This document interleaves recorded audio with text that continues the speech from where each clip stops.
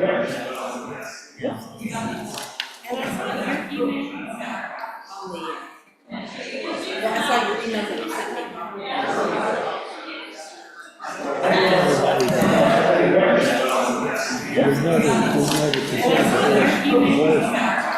I think Teresa.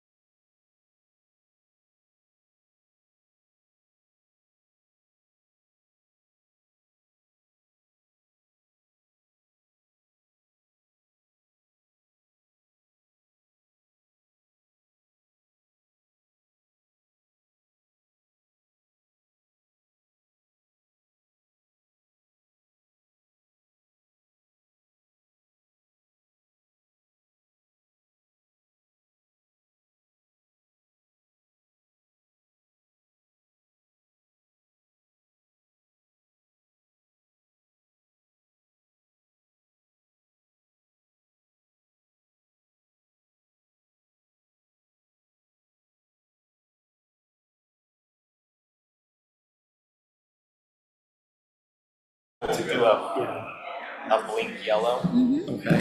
Every like 2 seconds it'll blink. And then at 1 minute it will go solid. And then when their time's up it'll go red. So seems like every time I come in here, there's new technology. Welcome to Ozark City Hall. It will go solid. And then when their time's up it'll go red. Seems like every time I come in here, there's new technology. Welcome to Ozark City Hall. It will go solid. And then when their time's up it'll go red. Seems like every time I come in here, there's new technology. Welcome to Ozark City Hall. It will go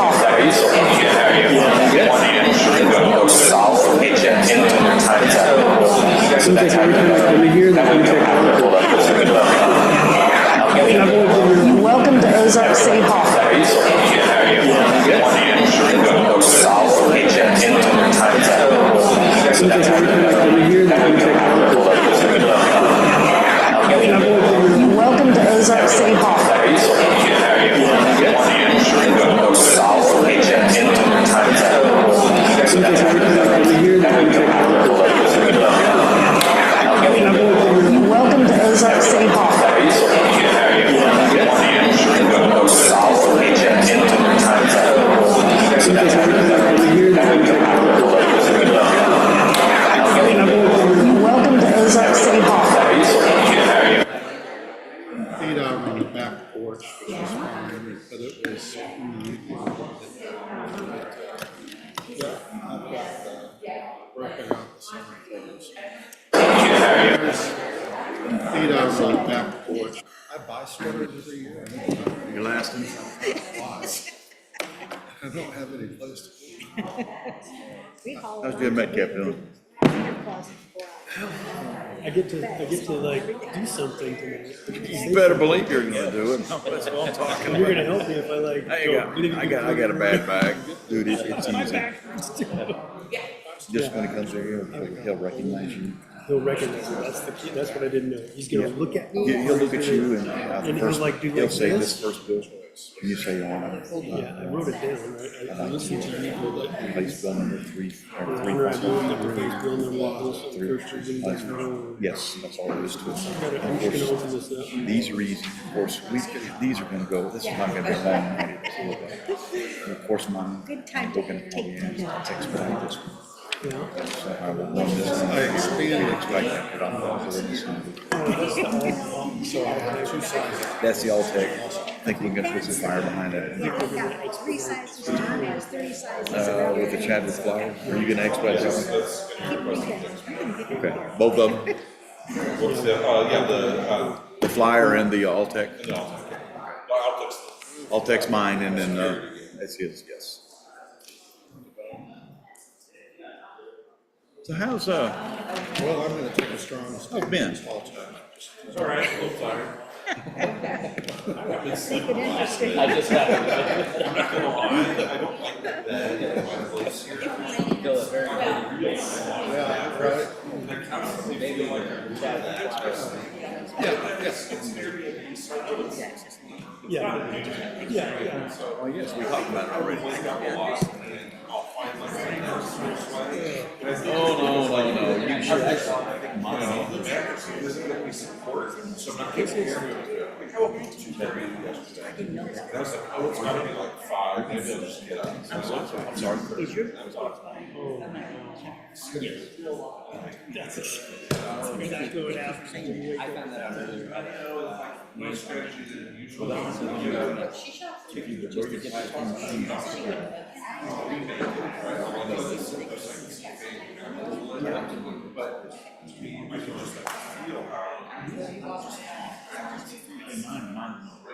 We're waking up real hot too, and I think. Oh, I thought you already did. Oh. Trying to save energy, so it's just hotter the My house back home, When are you going to?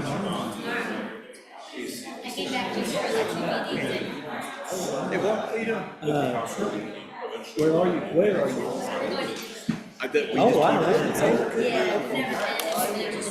I've never been to Europe. I've never been.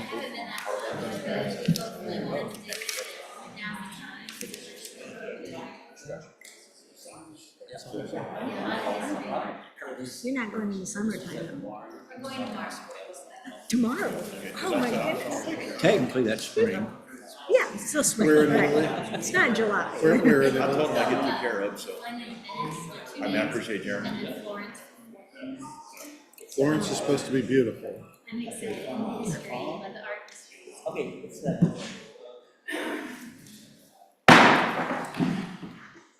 actually, you know what? I can hit myself. This way to do it. We have a new thing for the video. So this way to do this. I pledge allegiance to the flag of the United States of America and to the republic for which it stands, one nation under God, indivisible, with liberty and justice for all. No, we do have a new item. Welcome to Ozark City Hall. We're glad you're here for the Board of Aldermen meeting and engaging with your elected officials. Listening to perspectives of city residents, business owners, and other community members helps our elected leaders make more informed decisions. Ozark City Hall. Before the meeting begins, let's review our rules and engaging these ensure the meeting is orderly and listening to perspectives of city residents, business owners, and other community to do so. There are 2 opportunities for you to speak during the agenda's scheduled visitor and guest portion of the meeting, and during the public discussion of new bills and resolutions. During the agenda's scheduled visitor and guest portion, anyone who signed up, 2 opportunities for you to speak. During the agenda's scheduled visitor and guest. Okay. Understand. Sorry. Okay.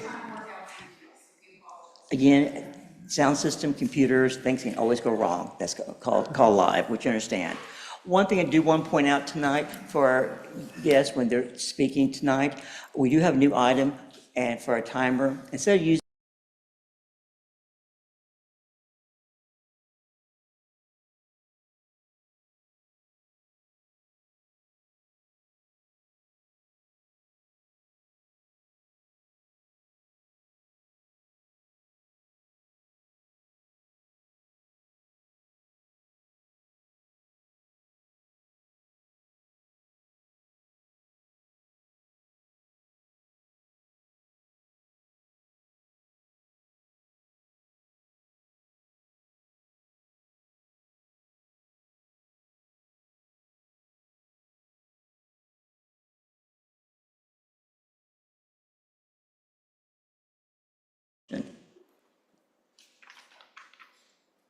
Move to accept.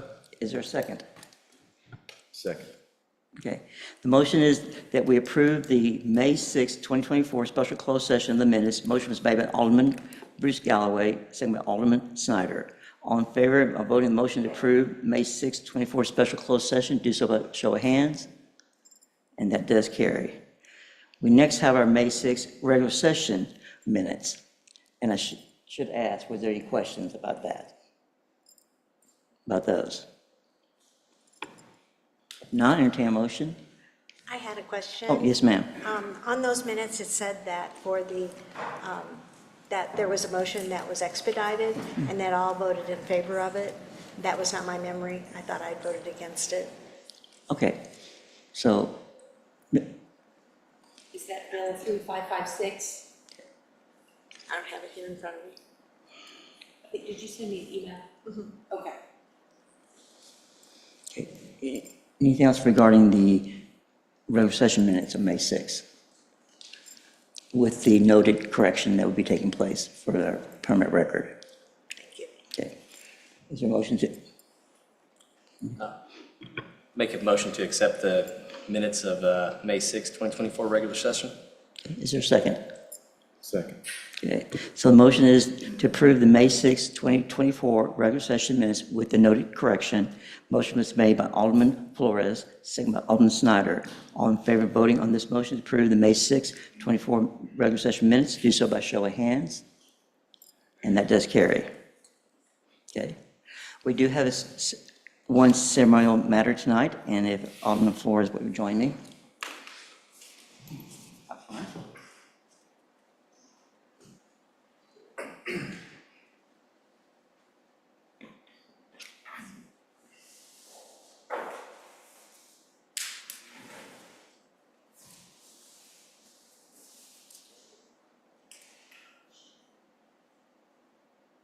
We see some news from Alderman Flores, who lives in Vermont.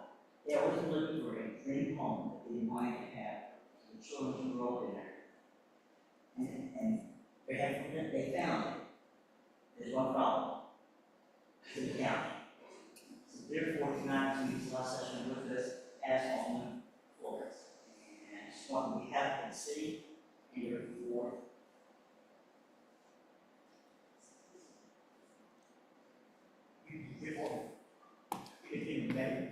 You represent your people well.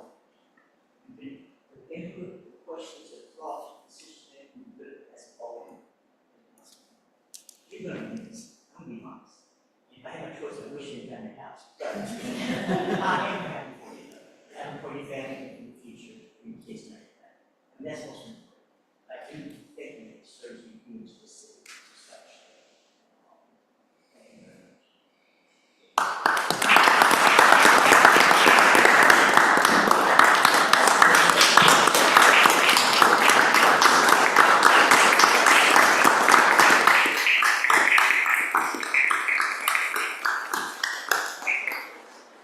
Appreciate the years that these are all made over that more on over 2020, May 23rd, 2024, in May.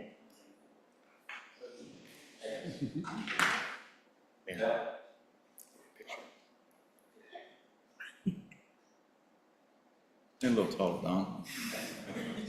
Well, if I was going to say anything, I'd say it's been an honor and privilege, and I really enjoyed it. It's stopped me a lot. And I do appreciate all of the staff and everybody that makes this all possible. Our police department, our public works, Mrs. Galloway, Mrs. Todd, just everybody that makes it. At least I'm leaving it very good. The mayor and his work all in it. I'm really looking forward to all the great things to come in the future that we can work on for a very long time. So thank you all very much. I appreciate it.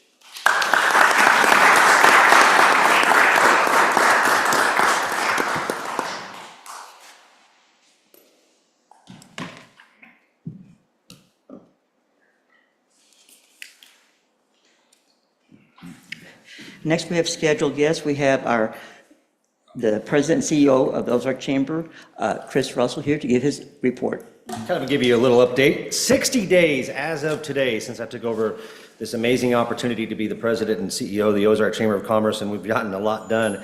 And yet, since the last time that we've met, there's been a lot more improvement, and we just continue to move forward. And it's a big thanks to a lot of people in this community that are getting behind the Ozark Chamber and really supporting us at a high level. So here's some fun facts. I got an intern for the summer for free from Missouri State University. Recently, the Chamber of Commerce, with a partnership with Missouri State University and one of their MBA programs that actually our board member, Crystal Irons, teaches, she had the students do a project over the last, basically the entire semester since December until just recently when we had the presentation about analyzing our membership and how they compare to other chambers our size around the community, around the state, and even into Oklahoma and Arkansas, and it was very, very good. And we're going to be using some of that information moving forward, which some of it I'm going to tell you about in just a second, which is exciting news. However, she was on that project, and so I was kind of joking around during the presentation going, I'm looking to hire sometime, hopefully later this year, if anybody are available. Well, she came up to me and said, I can intern this summer, and she's doing it for free. We're not quite ready financially. We'll try to help her out here and there where we can. She's very talented, so we're looking forward to, hopefully if you come to the chamber luncheon, you might meet her this coming Thursday. So that's exciting stuff to have some extra help for free, and somebody who's been studying the Chamber of Commerce world for the last, well, pretty much all semester, so that's good. We are getting a lot of traffic to the new location, not a ton, but we are getting occasional people stopping in and looking for information about Ozark. They're still going to the old location, I found out the other day, so we've gotten some information to Meridian Title to make sure that they know where our new location is so they can come on down and around the corner. So it is working as a somewhat of a visitor center. I think, City Hall probably gets about as much traffic as we do, but it is important that we have these multiple outlets for people who are visiting our community to look it up, whether they're coming to City Hall or they're coming to a Chamber of Commerce. I've been meeting a lot with our strategic partners in the community. I had a great meeting with the HRD.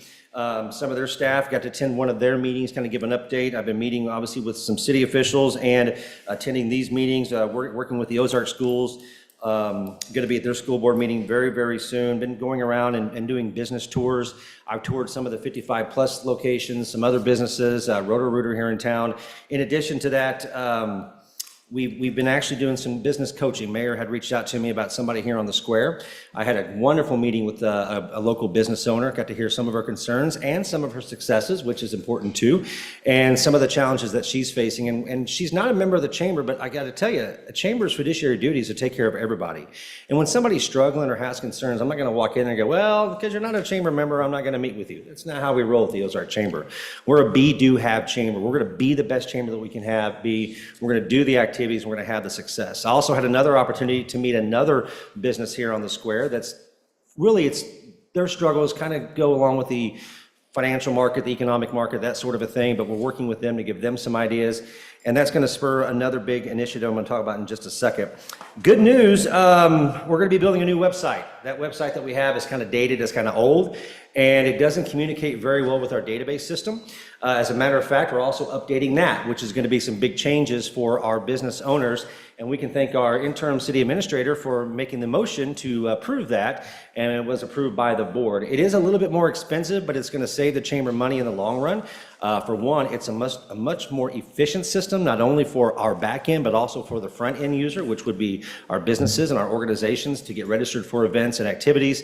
And it's going to be a smoother look, and it's going to be a website that I hope, because I'm looking at our current website, it really doesn't embrace the entire community. So that's something that I'm really looking forward to, is making sure when somebody visits the Ozark Chamber website, they're going to get a really, really good idea of how great of a community that this really is. It'll talk about a lot of our strategic partners like the Finley River Community Foundation, the HRD. It'll talk about Utopia Club and the Craft Festival and the duck races. And it'll really be something that comes and pulls this community together, as a chamber website should be.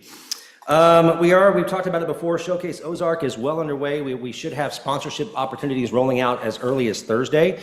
I'm not sure how I'm going to be doing that, since I'm shutting down one database to launch another one, but it may be the old-fashioned, well, I'll mark your name down and we'll get you an invoice later. We may do something like that, but I'm excited because it is important that not only do we have a showcase, but also that we have these sponsorship opportunities to give our small businesses a chance to be seen within the community. So many of our businesses right here in Ozark, their clients, their customers are coming from 65721.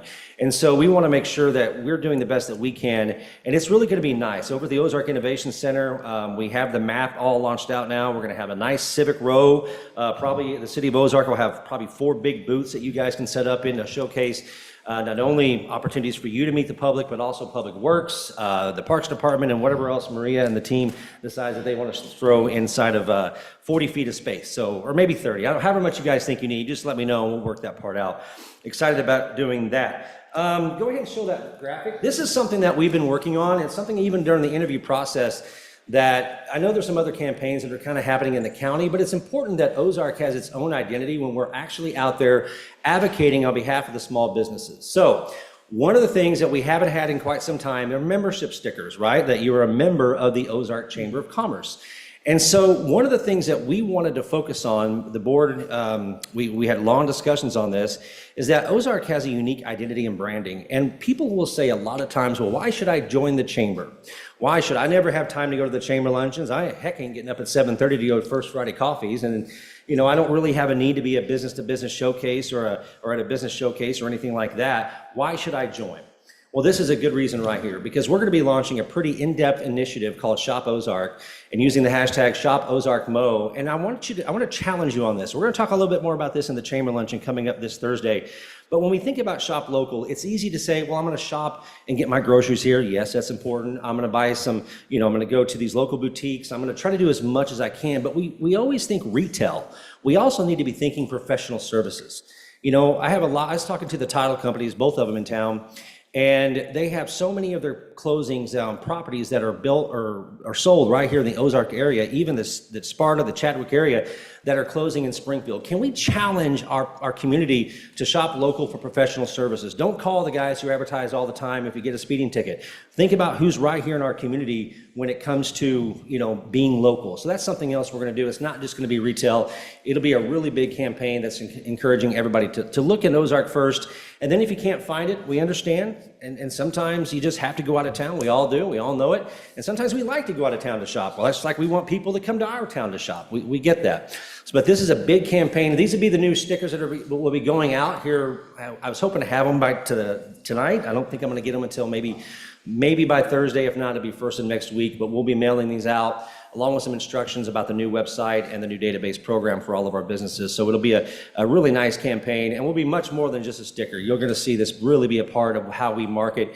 So that way people go, well, you know what? I don't ever have a chance, but man, they are sure fighting for my business here in town. They're coming to city council meetings, they're having strategic meetings, and I want to make sure I'm financially supporting them with my membership.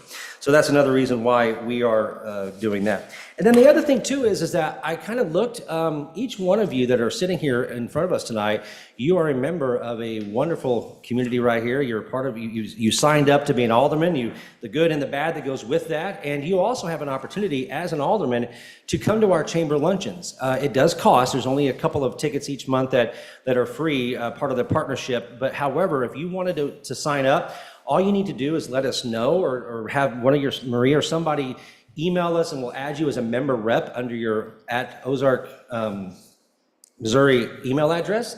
And then you'll start getting our emails that we send out, giving you information about what we're doing, what's going on. And then, of course, if you would like to attend any of our events, especially the Chamber Luncheon as an alderman, you are more than welcome to do that. So that way, if you don't have a business or organization who's a part of the chamber, then that way you guys can come and find out all the fun stuff that happens and be a part of the selfie moment, right? So we all take selfies, so we'll make sure and get some selfies. But guys, that's kind of my update for you, unless you have any questions about anything that we got going on. Yes, Alderman Galloway.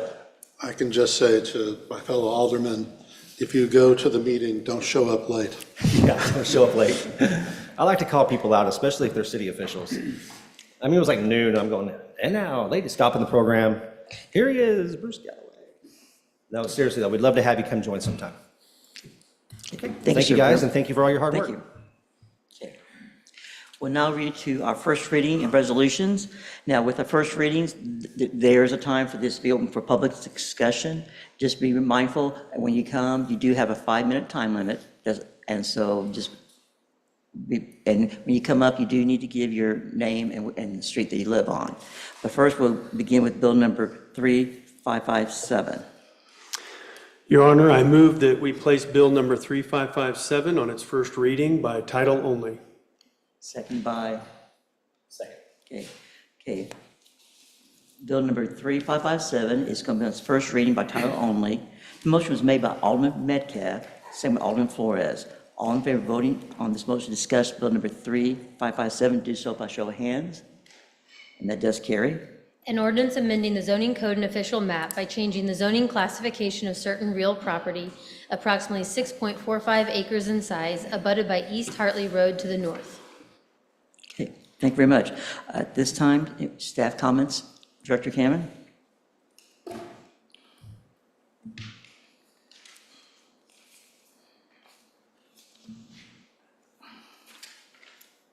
Yes, the application zoning amendment 24004. The application is rezoned approximately 6.45 acres from R1A single family to RSF1 single family. At this time, the property is currently vacant. There are no overlay districts that will affect this property at the time of development. The property has been determined to be able to be serviced by the city water and sewer and has capacity to be extended to this property by the developer. At the time of development and at the time of the submittal of a preliminary plat, an additional hydrology storm report and traffic study shall be submitted for review as well. The surrounding zoning to this property is agriculture to the north, single-family residential to the east, single-family residential to the south, and single-family residential and industrial zoning to the west. The comprehensive plan did make a future recommended land use of residential. The zoning request is an appropriate classification of zoning of this application. Based on the staff report and findings, all requirements have been met for the approval of the zoning request. In addition, the Planning and Zoning Commission recommended approval as well. Be happy to answer any questions. Any questions for Director Cameron?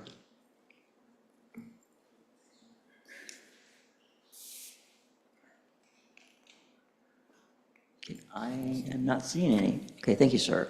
So this is the first reading. We'll be open for public discussion. And the way we do it is, first, is anyone here who would speak in favor of Bill number 3557?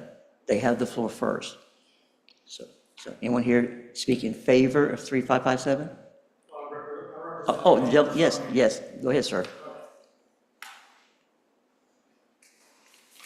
My name is John Sayre, 1301 East Daniel Street. I do represent Mr. Williams on the property, and I think Cameron pretty much explained everything that about the rezoning. So I would ask if you had any questions of me. Yes, Alderman Snyder. What are the plans? What is being proposed if the zoning goes through? What kind of structures are going to be proposed to be built there? Single-family homes. All single family? In that piece, yes. No apartments? It's RSF1. Okay, I just want to make sure. Yeah, All that's single yes. family? Yeah, single family. Okay, thank you. Yes. Anyone else have any questions for? I'm not seeing. Thank you, sir. Yep. Okay. Again, anyone else here to speak in favor of Bill number 357? Okay. And now we'll move now. Or anyone here who wish to speak in opposition to 3557? This is now your time to speak.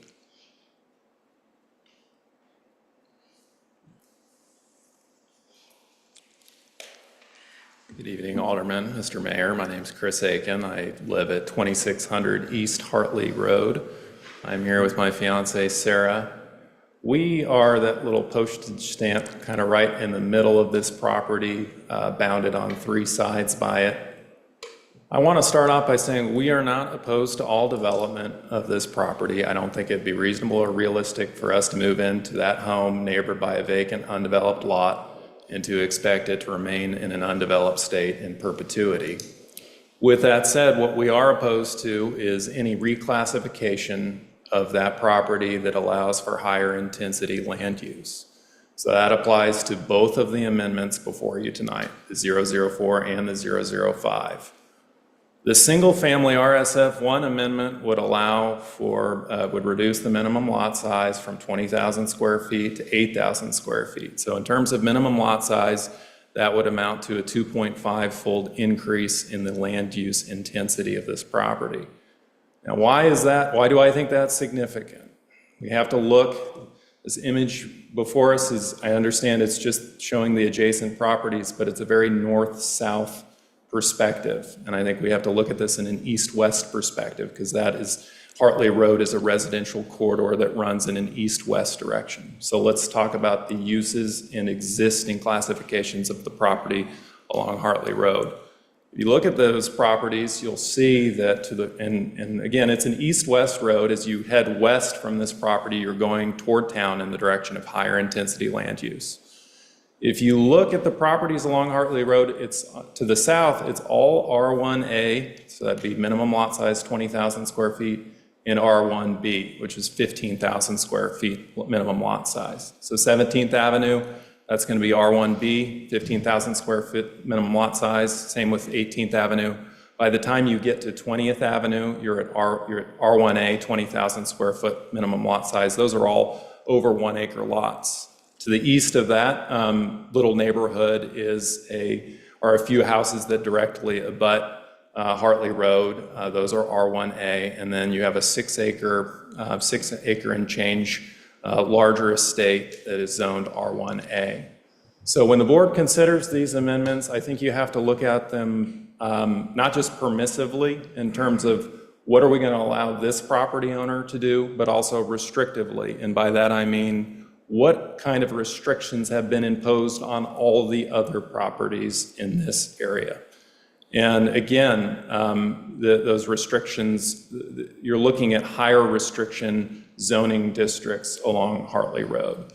So to my mind, the board, I know this is going from one single family classification to another.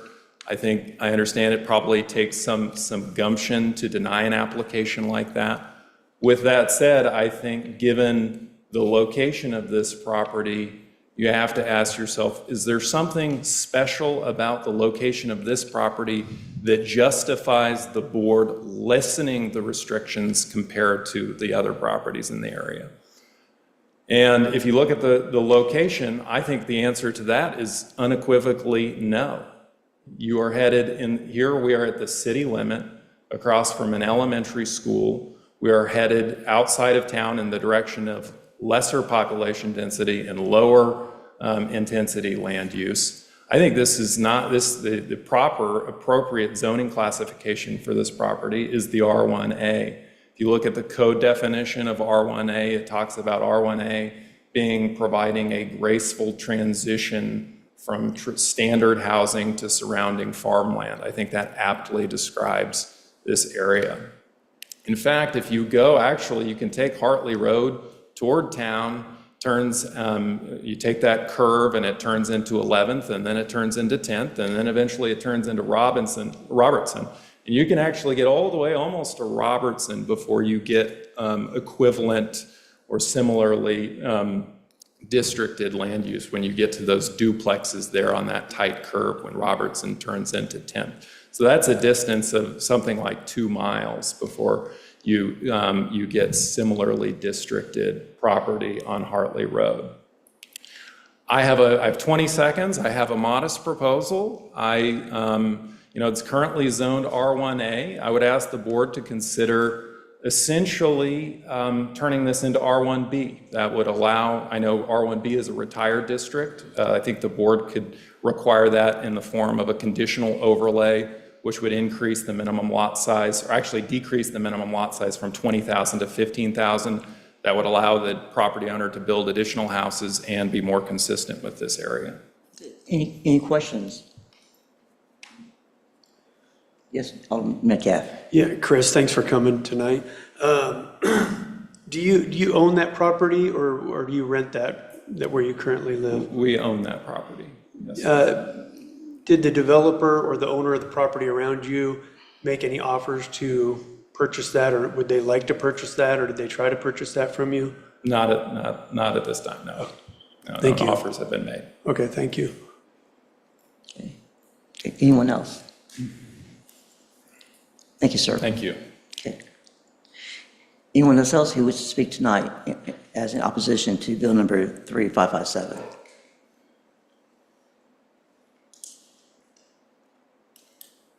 Okay, I am not seeing, so I'm going to now close the public portion of this. Was anybody on Zoom? I forgot to ask that question. Okay, I want to ask again, okay? Any last comments from the board? Yes, Alderman Galloway. I did have a question for Mr. Smith.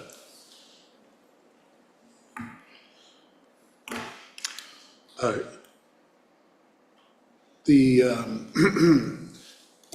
that map that we're looking at, which you're looking over behind my shoulder and I'm looking over your shoulder, there's kind of a brown rectangle towards the upper left.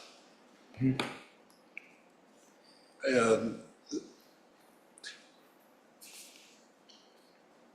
then there's a green area right next to that. Yep, just so to the north of this property, the brown color is the agriculture zoning that the school sits in. So the East Elementary is there. To the west of that, your left would be the kind of the darker green. That is zoned R1C single family. Those are our 10,000 square foot lot sizes in that area. So that's zoned R1C currently. Thank you. You were anticipating my question. In the far upper left, that's R1C. That's correct. Okay. All right, thank you. That's all the questions I had. Yes, Alderman Hutcherson? I also have a question, Yes. Mr. Smith. My understanding is that the way that a city grows, it should be denser in the center and then larger lots as you go out from the center. And what we're looking at tonight in this is taking those, seems like appropriate larger lots for estate housing. I guess my question is, why do we even have that if we're not going to use it to border agricultural land? I don't see the purpose of having those designations if we're not going to use them in that way. Yeah, so we have retired the prior R1A, B, C, and D single-family zoning districts. Those are no longer acknowledged by any request for zoning. So we only have RSF1, RSF2 single-family. RSF1 is a minimum lot size of 8,000 square feet. RSF2 is a minimum of 3 to 7 units per acre. There is no minimum lot size requirement. I would venture to guess about 80 to 90% of the city is zoned R1C. Prior to 2009, that was the most densely available and smallest lot size available, and that's why you see most of the downtown in this area R1C. R1D at the time would have been a 7,000 square foot lot. That wasn't even available when this was developed, otherwise we'd have probably seen those requests, as we did before we implemented these 2 new zoning districts. So currently, right now, the only request an applicant can make is an RSF1 or RSF2 single family. So we no longer have that gradual from That's correct. dense center growing outward. No, we no longer have that. Yes, Alderman Flores? And one thing I might follow up with you on that is when we did do away with the R1A, the R1B and the R1C and D, we had a D as well, I believe. And what we were finding at the time, which is why we went to the SF1, SF2, and correct me if I'm wrong, Cameron, but this was my recollection of it, is it was a way to keep a higher quality neighborhood and give more flexibility to the developer, since no one was ever asking for those larger lots anyway. And we went and we toured some other neighborhoods in other towns, things like that. And I think up to that point, I was following the logic that larger lots meant nicer neighborhoods. And then when you look around, it's not always the case. In fact, a lot of times we're seeing that the ones that are more flexible in their lot size, they're a higher quality neighborhood. So I know that that's a whole lot of what we went to with the SF1, SF2 was to add more items to it that they had to adhere to that would make for a better neighborhood. But it was the counter to that was they could get a smaller lot size, which they were going for anyway. And so it seems like almost every time we would never get anybody asking for R1A or R1B. It was always C or D every time. And so that's kind of how we ended up with the 2 zonings we have currently. They can build bigger lots than that, though, if they want. It's just that this gives them a more workable minimum. Yep, that is correct. And in addition to that, the new zoning districts do require some form of amenities based on the number of lots that they have as well. So that was another thought about adopting these 2 new ordinances, was allow that density, but on trade-off requiring some amenities to go with those. So if someone wants to build in the vicinity of Ozark and wants a larger lot, say like a lot of the subdivisions that are just east of CC for the curve, NN, where it makes that curve to go north, what's going east and makes that sharp curve. Out in the county, Yeah. out north, yeah. Yeah, so they'll have to look in the county to get in a larger lot subdivision. No, this is a minimum. They can choose to build 5 acre, 3 acre, 10 acre lots. This is just the minimum lot size. However, I suspect that we won't see the request because we never did from the developers of that larger lot. It just doesn't work for their developments. Okay, thank you. Alderman Campbell, you're next, sir. Mr. Smith, I'm not totally opposed to this. I'm still on the fence. Two concerns I've got is the school across the street, and two factors that are related to that are, I would like to see, let me back up. There's if I remember correctly, there could be as many as 17 houses on this lot, was what was talked about in the P&Z meeting. Okay. With that being said, I'm afraid that this will turn into rental properties, and more so than owner occupied. And I've got some concern about putting multiple rental properties across the street from a elementary school. So that's one of my concerns. The other concern is the only outlet, the entrance and exits out of that property is onto Hartley Road. And I don't think Hartley Road from Sailors Road to the east, all the way over to, I guess it'd be 14th Avenue. I don't think Hartley Road is built to handle 17 extra smaller lots, 17 potential lots dumping onto that road. I think when it comes time to pick up and drop off the kids at school, I think it just adds to it. So that's the two major concerns I've got with it. And there again, I'm not saying I'm for or against it, but has that been? I can address the concern of Hartley Road for sure, but not on the rental side. But Hartley Road is a major thoroughfare. It is designed and intended to move traffic. However, we'll get into that in detail once we get to a preliminary plat with a traffic study and also with Ozark Special Road District, as they own and maintain Hartley Road as well. So once they get the calculations that determine what those improvements are to Hartley Road, we don't know if it needs improvements or not at this time, but that is to be determined at the appropriate time. With that in mind, as one member of the board, and if the board needs to make a decision on it, I understand that.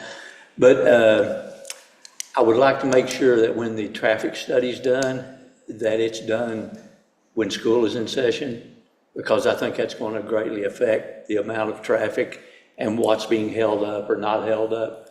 I think we ran into a situation one time in the past few years where a traffic study was done at a time when it was not a busy season, I'll call it. So that's one thing I'd like to throw out there for the other aldermen to think about. And, well, you didn't say anything about the, I do feel like this could easily turn into rental properties, or at least some of it. And I'd like to ask the other aldermen to consider whether or not we would want to put a conditional overlay, possibly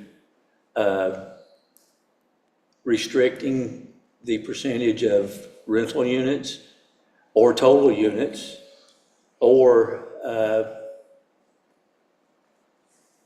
I guess in that respect, that would be it. I know that we have some things that may require overlays, but it only says that they may. It doesn't say that they do, my understanding. But that's just me throwing it out there for all the aldermen to think about. Yes, Alderman Galloway, you're next. On your staff's report, it says, how does the overlay impact the zoning amendment? It says the property is not impacted by any overlay districts. Well, I guess, what does that mean?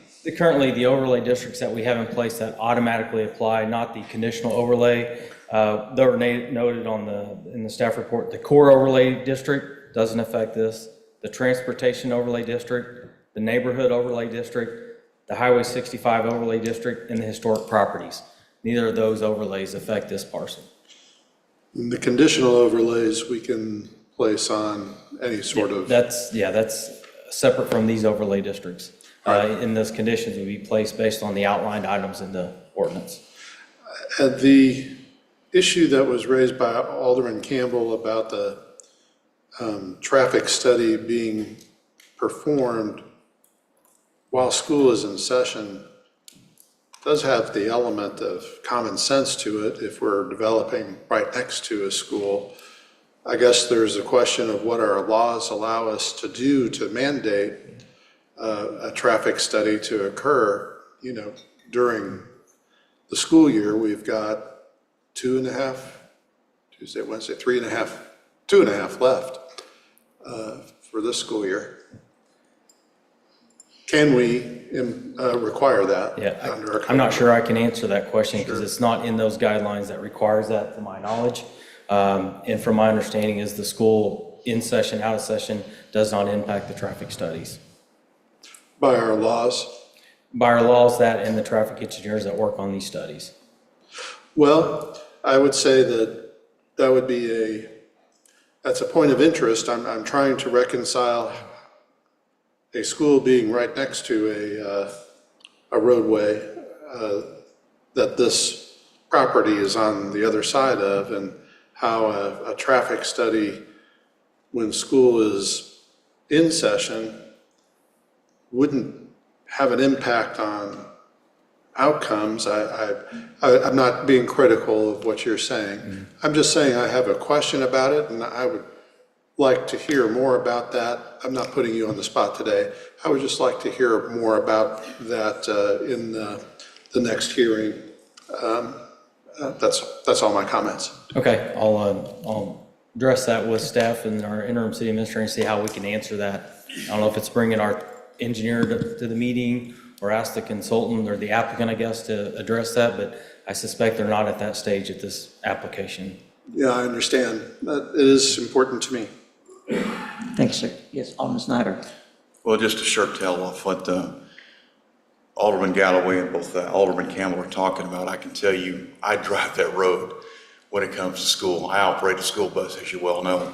That is a 25-mile-an-hour zone, and I do believe it'd be very feasible to do a traffic study during the times of sessions, before and afterwards. That is a 25-mile-an-hour road through there on Hartley.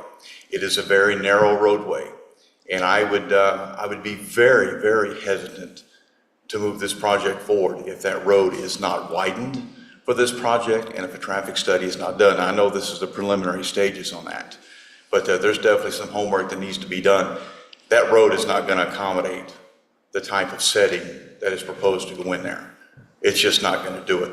You have an increase in speed, you have an increase in traffic issues, and you also have the higher probability of fatality involving a child.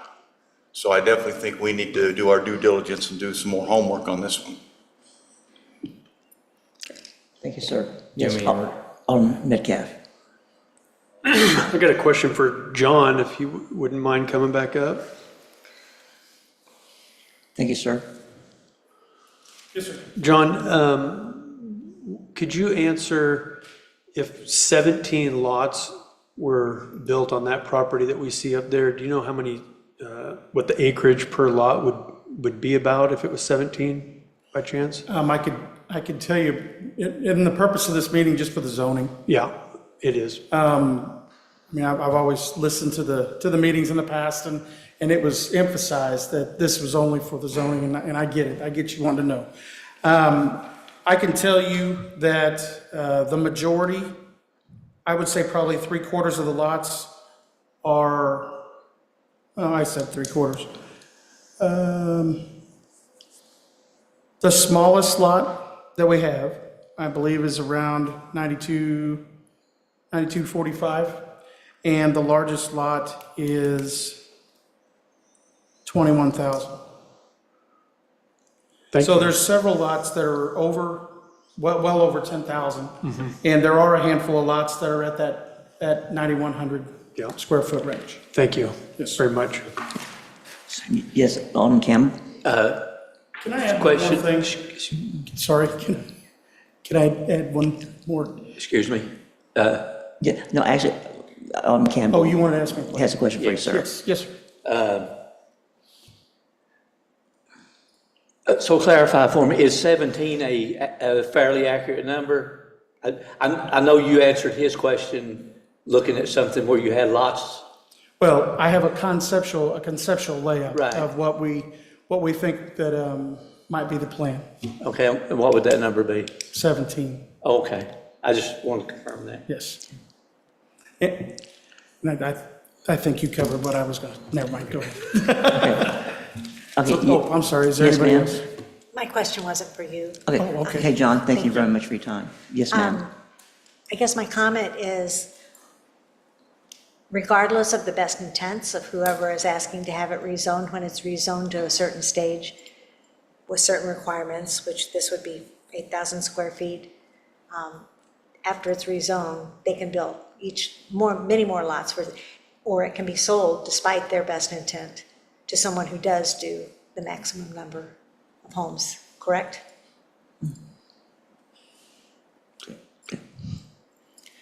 Anyone else? Yes, sir. Mr. Mayor, just to offer a bit of clarification on the traffic study. So we were told in the past that school being in or out of session wouldn't necessarily impact a traffic study relative to a proposed development away from a school. I rather suspect the school being there would be a fairly significant measure that needed to be studied, because that's going to be the hub for all those trips. So we certainly will get with our traffic engineer and make sure that that's appropriately accounted for, if in fact they say that it needs to be accounted for. I suspect they do. Thank you. Anyone else? Okay, therefore, Bill 3557 will be held over for a future meeting. Now, let's move on to Bill 3558, please. Your Honor, I move that we place Bill number 3558 on its first reading by title only. Second by, Second. okay. So, Bill number 3558 is on its first reading by title only. The motion was made by Alderman Metcalf. It was seconded by Alderman Galloway. All in favor of voting on the motion to discuss Bill number 3558, do so by show of hands, and that does carry. An ordinance amending the zoning code and official map by changing the zoning classification of certain real property, approximately 6.63 acres in size, approximately 315 feet south of East Hartley Road and north of 2183 State Highway 14. Okay. Director Cameron?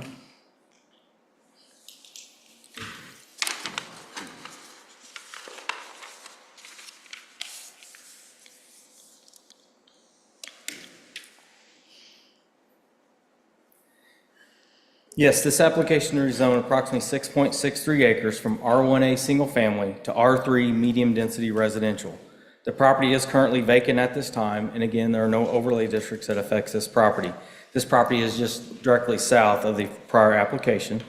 In addition, the city does have sufficient capacity to serve this development with water and sewer at the developer's expense to extend those development improvements. And at the time of the preliminary plat, it would also require the submittal of the hydrology report and the traffic study as well to further address the concerned improvements. The surrounding zoning is single family to the north, single family residential to the east, industrial and commercial zoning to the south, industrial zoning to the west. The comprehensive plan did recommend a future land use of single family residential based on the original tract of land. The requested zoning of R3 would be an appropriate zoning classification, as it would provide a transitional zoning between the intensities of the single-family zonings and the commercial and industrial zonings to the south. Based on the staff report and findings, the items were addressed, or all requirements had been met for the approval of this application. The Planning and Zoning Commission did recommend approval as well.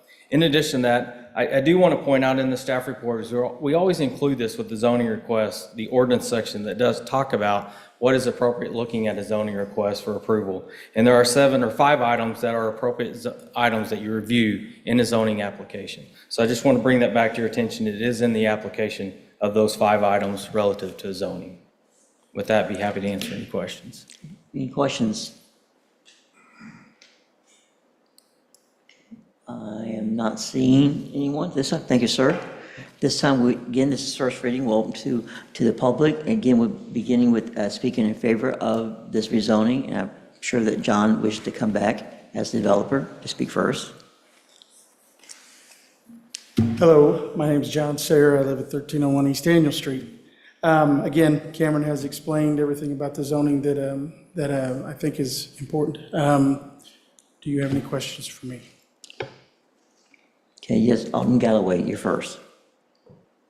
Yeah, it's a concern that I would like you to address. So I'm not lecturing you or hectoring you. I just want you to address it because it's very much on the front of my mind. The comprehensive plan just calls for single family to be here. The proposal that we heard before falls within the comprehensive plan, but this falls outside of it with medium density housing. I did pay attention to what was said about the 17 lots on the other plot, and really if you squish lines around, you're still not going to get a whole lot of houses out of that. But then again, I point to a greater intensity of the use of the land for this other lot, and it is a zoning issue, and I'm entitled to look at intensity. And I'm looking at a school that's directly opposite. So my concern is that I understand from the developer's point of view that there's been a thought about what the market would take, and we do need places for people to live that include multifamily. But setting that aside, just if you could address for me my concern that this may be too intense a use of the land, considering its proximity to the school, to be multifamily. Can I ask Cameron a question? Sure, you can phone anybody you want or talk to anybody you want. It's a lifeline. Yeah. So you made the statement that the comprehensive plan, that in that plan, this was not, of course it wasn't, it was for single family, right? That is correct. The comprehensive plan did recommend a land use of single family based on the existing zoning. But based on the surrounding uses, there's other factors that you look at for development. I want to just pull up the ordinance here, so we have that in front of us as we keep it as a reminder. Chapter 405-870, when you're looking at a zoning application, these are the things you look at. So back to the intensity, the medium density residential is a less intense of the industrial or commercial to the south. So that's what I was saying about that transition. You go from a less intensive single family to a more intense to the south. And this R3 would be an appropriate fit between those uses. So that's what I was talking about on intensity. Well, but I don't know that that answers my concern, which is very specific to a school being across the property and a comprehensive plan that calls for single family. And it seemed like that surprised you that it was calling for single family. I understand there's other factors to look at, and I will look at all other factors, but I'm entitled to look at this one. I just would ask that be addressed. Why should I not be concerned about the greater intense use, more intense use of the land caused by multifamily there? Well, for one thing, we've been talking about the traffic study, and I know traffic is an issue in the area. We understood that whenever we started to look at the different zonings for this property. We did, again, understand that we would have to have the traffic study and that we would have to follow what the traffic study presented. So we do expect there to be upgrades on the road in front of our property. So I hope that addresses that for sure.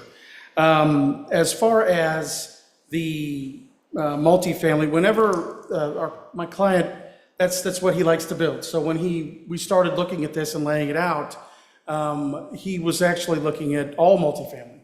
And then we, again, talked it over. We had some meetings with the city, with planning, and talked to them. And we did come to the conclusion that we could still build the multifamily to the back, and it would conform more to the zoning that's around it, and then put the single family up front to break that up.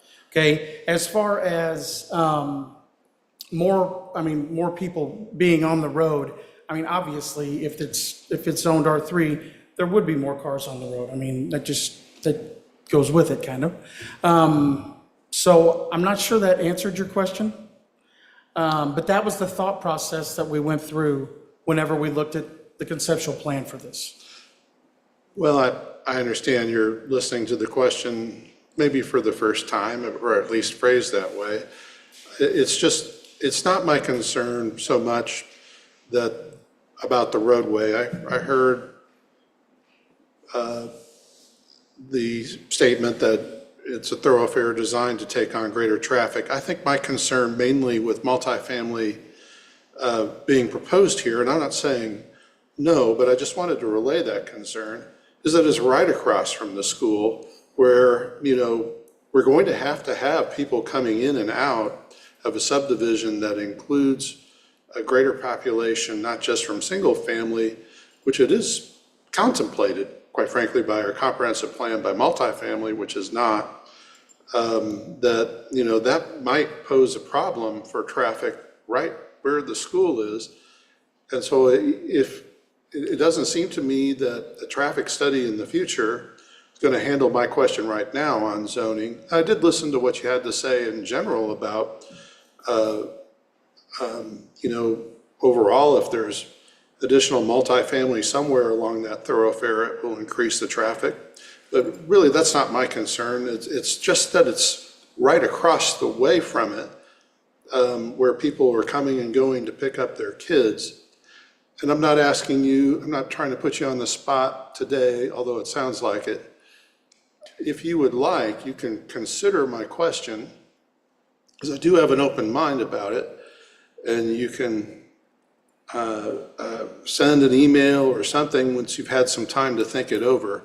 My question is not the impact on the thoroughfare. My question is the impact of multifamily right across the way from the school, where our comprehensive plan says single family is appropriate. And I understand there are other factors I need to look at, but that was just my concern. So I'll just offer that for you. Any other questions for John? Thank you, sir. Thank you. Okay. Any other questions from the board before I open it up?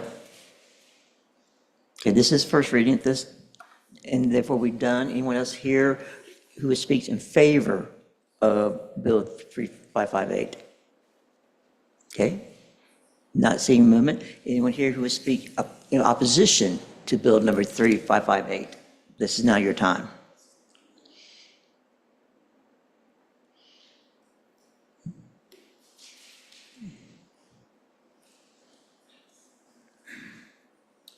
Hello again. Chris Aiken, 2600 East Hartley Road.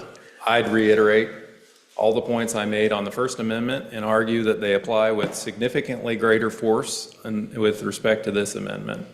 So I want to offer my 2 cents on the comprehensive plan, and I'll start off by referencing the explanation to Council Bill number 3558.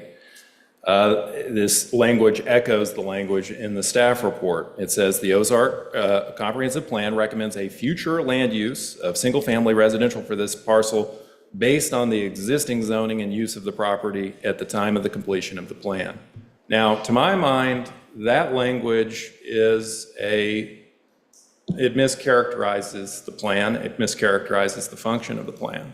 The future land use map that is included in the plan it projects into the future. It's a guideline for what is future appropriate land use for a given property in the future. What this language says is that the future land use map, in fact, is just descriptive of what exists at the time of the plan. So it's actually just static. It looks at how things are zoned when the plan is carried out. So I wanted to point that out. The future land use map does designate this property for single-family residential use. The workaround here is that it would serve as a transitional use between the industrial to the south and the single-family neighborhoods to the north. I think this premise is flawed, and to explain that, I think you have to look at the history of development on Hartley Road. The neighborhoods on Hartley Road have developed over a 40-year period, beginning in roughly the year 1980. Commercialization came in, the commercial development on Highway 14 came in the early 2000s. Again, I don't want to rehash a bunch of points that have been already made, but we've spoken about how there are no north-south through streets, I think, between Sailors and 14th. What the effect this has had is it has created two separate corridors. There is a residential corridor zoned and used exclusively for single-family residential, with the exception of the school. So there's a single-family residential corridor on Hartley Road, and there is a commercial development on Highway 14. They are separated by the requisite landscape buffers. So there are no transitional uses in this segment of town, on this section of Hartley Road. This would be anomalous in that it would be the only apartment, only multifamily on Hartley Road. It would also be the only instance where there is a transitional use on Hartley Road. I did want to point out, because it is a factor that's up on the screen, the existing uses of property is also a relevant criteria, not just the existing zoning classification. So if you look at a large chunk of the property that borders this property, it's zoned for commercial, but it's also the existing use is relevant in that the existing use is single-family residential. It's a farmhouse with a barn. That's that 10 acres to the southeast of this property. I foresee another problem with this. So again, we're talking about a property that is on the fringe. It's on the frontier of residential development in this area.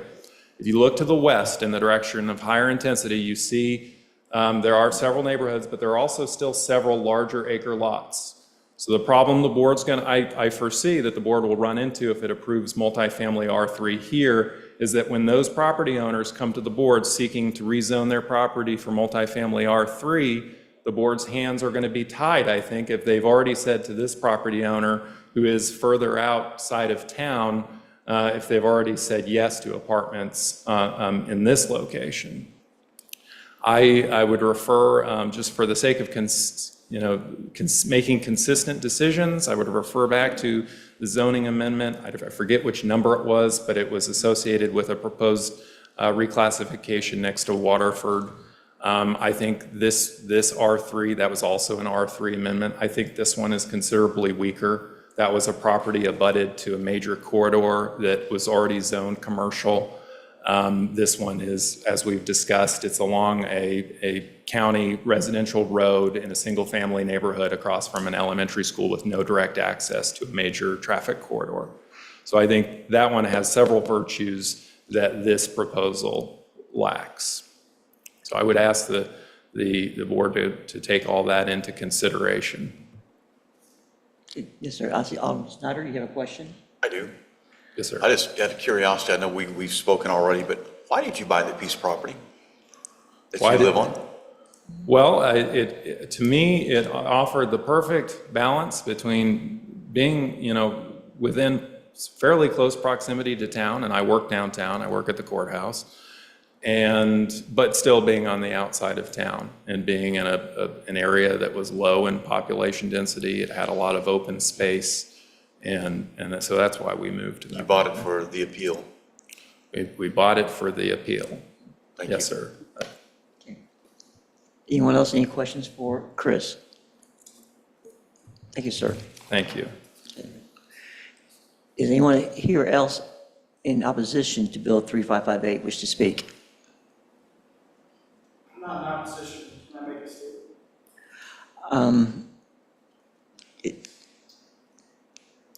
If you'd like to call him back. Okay, well, let me ask one more time. Anyone else here is to opposition to Bill 3558? I'm not seeing any, and yes, I'll allow for your closing statement, John, to come back to the mic. I'm saying yes. I just wanted to address the last question that was asked, and make everybody aware that my client, Mr. Williams, did contact Mr. Akins, or actually had spoken to him about what he was going to do with the property. And that he did have a question about, he did want to ask Mr. Williams what was going in there, and I believe it was prior to him actually even buying the property. So I just wanted to address that because he did get an explanation of what his intent was for the property. So, just want to make that statement. Thank you, sir. Well, at this time, I'm now closing as the public hearing for Bill number 3558. Is there any other response from the board?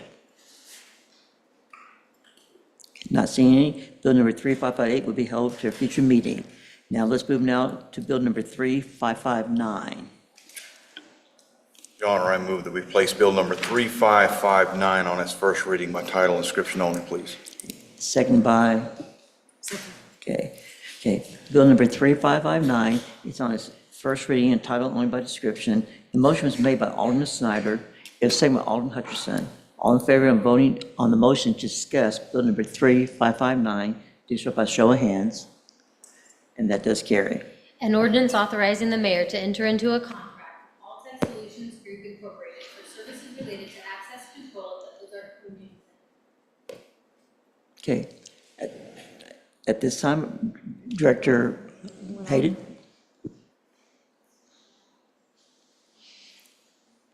Good evening, Alderman. This is a contract that would be for the installation of an access control system at the OC.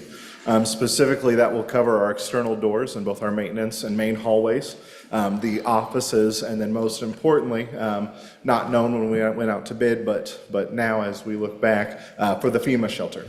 This would allow remote unlock of any of those doors. It would allow staff to access those doors with a key card and or their mobile device with credentials built into that. It would also include cameras on both the external doors of the FEMA shelter as well as inside the FEMA shelter. I am here to answer any questions, and Dusty Hardcastle with Alltech is here to answer more of the technical questions as they're available. Yes, Alderman Snyder.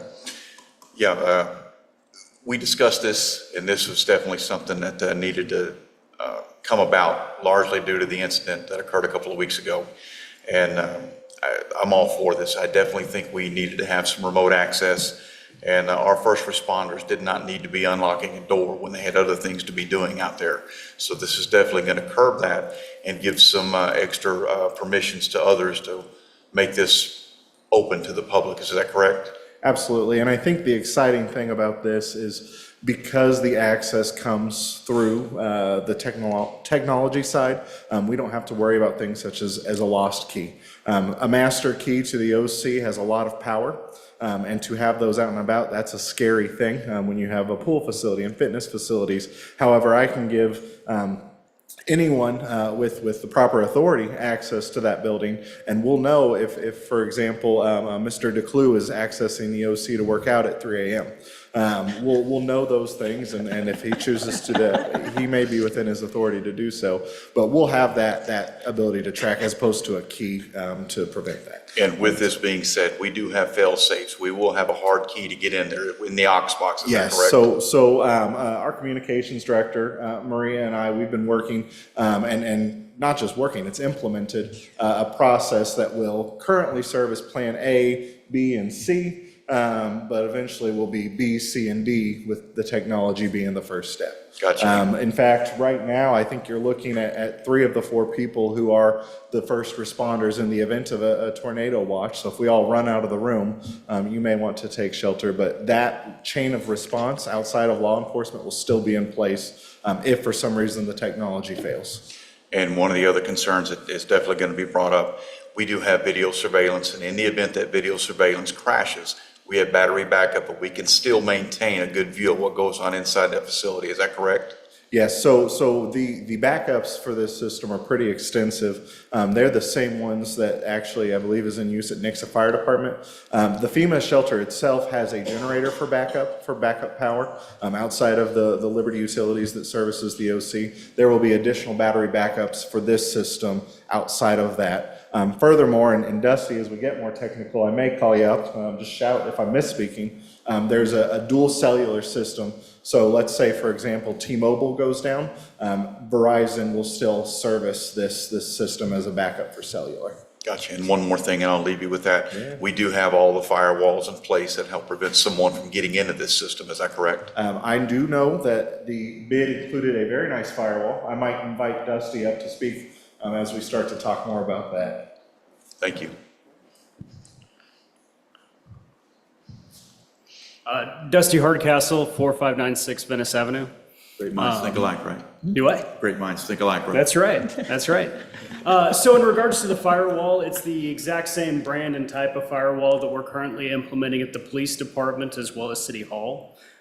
Same type of gear, same specifications. A little lighter weight type of unit, being as how it's only going to basically be providing control for the doors and a few cameras. Not necessarily guarding, FBI data, access to mules, that kind of thing. But it's the same type of equipment, yes. In regards to the fail safes, we actually have implemented multiple fail safes. So we're actually looking at two different phases of this project, or two different sections. So we've got the doors in the main facility, which are going to be running off of the main network. Which run off of the same power as everything else. They're going to run off of his same internet connection that's currently at the OC. And we kind of took a different look at the FEMA shelter itself as to what are the types of things that we could go through and do to implement additional safeguards in the event of weather-related failures, infrastructure-related failures. So not only do we go through and we have cellular backup, or actually it's we're running it off of both cellular, but we could also technically, if we wanted to, run a line from the upstairs data down there as well. But we're going to be running T-Mobile and Verizon, so two different cellular forms, just in case we lose one tower. We do have that backup capability. The nice thing about this firewall is it actually ties together both of those connections to make a more robust initial connection. So unlike previous types of firewalls and previous connections to where it uses one or the other, this system will actually bind both of those connections together to be able to provide more bandwidth for the users to be able to use it. Also, this is going to be connected not only to battery backup, and to kind of give you a general idea of how much the power consumption is, I believe in the FEMA shelter we're looking at 3 cameras. So we're looking at 3 cameras and door access control. Those cameras actually only pull about 13 watts. So we're not looking at just a massive power draw for this type of system. So we're gonna have the battery backup, it's gonna have the general power that it's always on, and then also it's going to have the redundancy of the generator for the FEMA shelter as well. Some of the other things that are gonna be installed down there is we actually have an environmental monitor. So the nice thing about that is that's actually designed to detect smoke, moisture, super high levels of humidity. It's designed to go through and detect if there's vaping or anything like that happening down there. And so that just gives a little bit of an additional insight to the staff of the OC about anything that they need to go through and try to work towards policing. I mean, at the end of the day, this is open to the public, but we want to make sure it's a safe space for everybody. Then the other nice thing is, as far as redundancies and fail safes for the cameras themselves, let's say for some reason all the towers went down, okay? Yes, he has the ability to go out there with the master key and open it up, but the nice thing is as long as we have power, those cameras will actually still be recording internally to the cameras themselves, and once internet connection is restored, they will actually synchronize with the cloud and load that into the server. And so the nice thing is if we did have a full situation where we lost all internet connection and there was an incident down there, we wouldn't have lost any valuable footage to be able to see exactly what happened. Good. Thank you. Alderman Campbell, you're next, sir.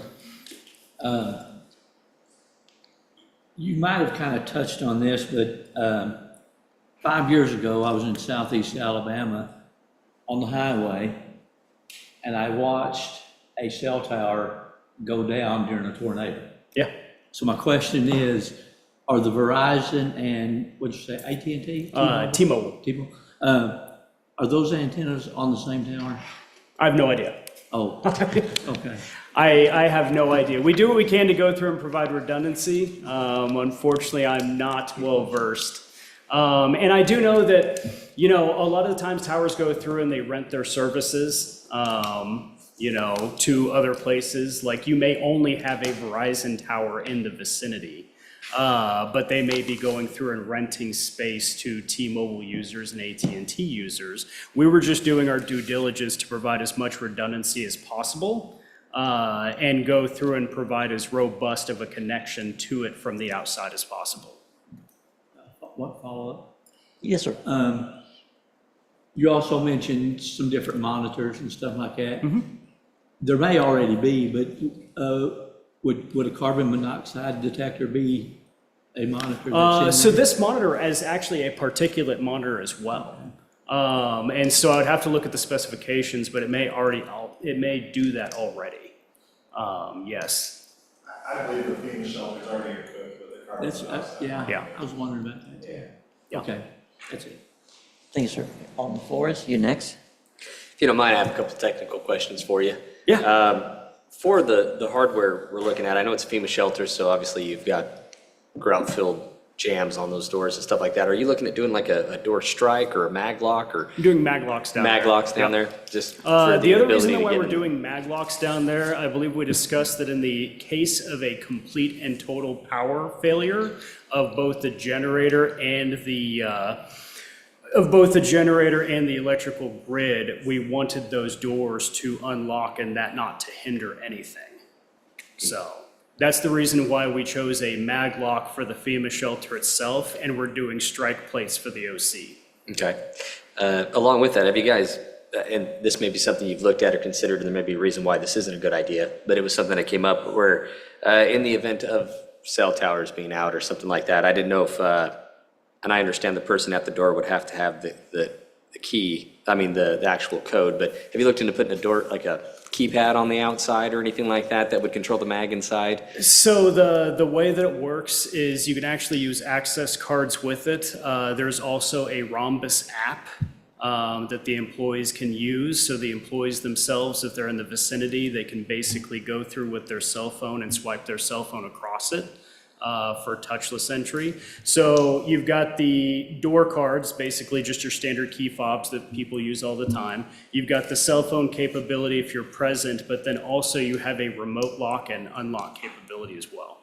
Gotcha. And that answers that question. I have one more question, if you don't mind. The FEMA shelter itself, I'm sure you guys are probably aware of regulations as far as penetrations being done into the FEMA shelter and how we have to be careful to go about that so we don't question the integrity of it and what it's designed for. So the only penetration that we're doing to the FEMA shelter itself is going to be just below. I don't know how many of you have actually been down there or maybe noticed some of the particulars of it, but there is currently an outdoor light that goes through one of the rubber seams, and that is actually where we're going to install our outdoor antenna. We're basically going to follow that same hole in that same area to run our cable for the antenna and then mount the antenna right there next to that light. So you're using an existing penetration more or Yes. less? Oh, excellent. That was my last question. Yep. Thank you. The only other stuff that we have to go through and add is basically just the rack that we're gonna put the equipment in. And we are aware of we're not allowed to go through and drill through any of the cross braces or anything like that, so. Thank you. Alderman Metcalf, you next. So I have a technical question for you. Okay. Unfortunately, I'm unfamiliar with the FEMA shelter, so I don't know how many doors go into the. 2 sets of doors. There's 2 sets of doors into the FEMA shelter. Are both of those going to be mag locked, or is one mag locked for the public and the other one not being mag locked? Both of them are gonna be mag locked. Okay, so my concern is that mag locks, take electricity to keep doors locked.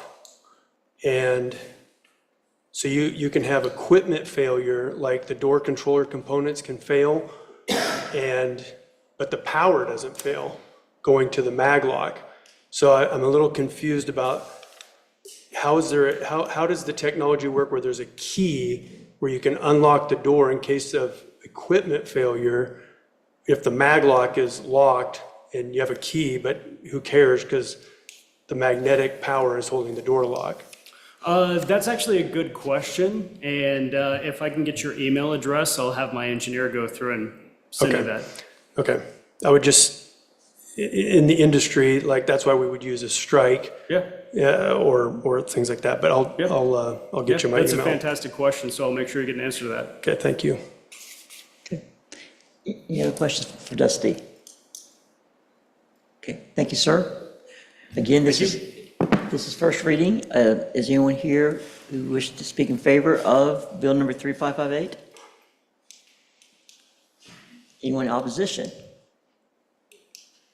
Since most of the public, Wayne has a question, I think everybody else is in.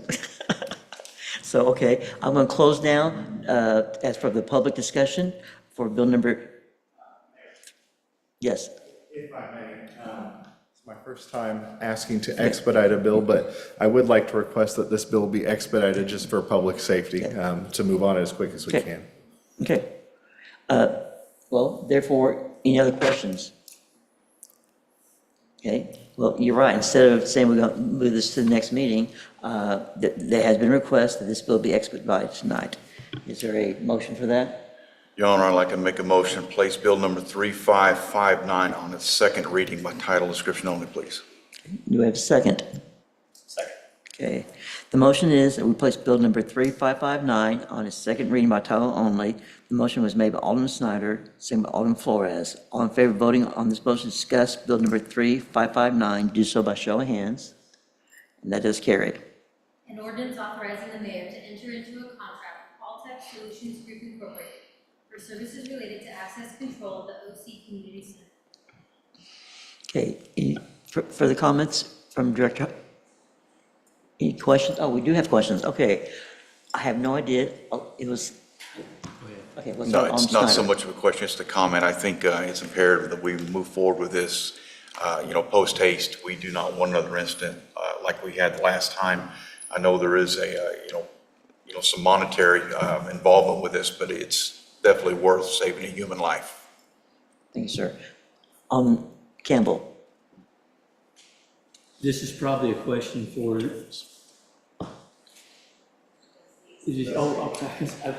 But Dusty? Yeah, Dusty, sir. Yes, sir. Yeah.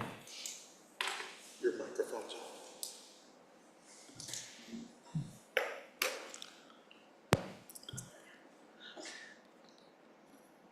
on. Okay, so I noticed in the, I call it bill of material, whatever you want to call it.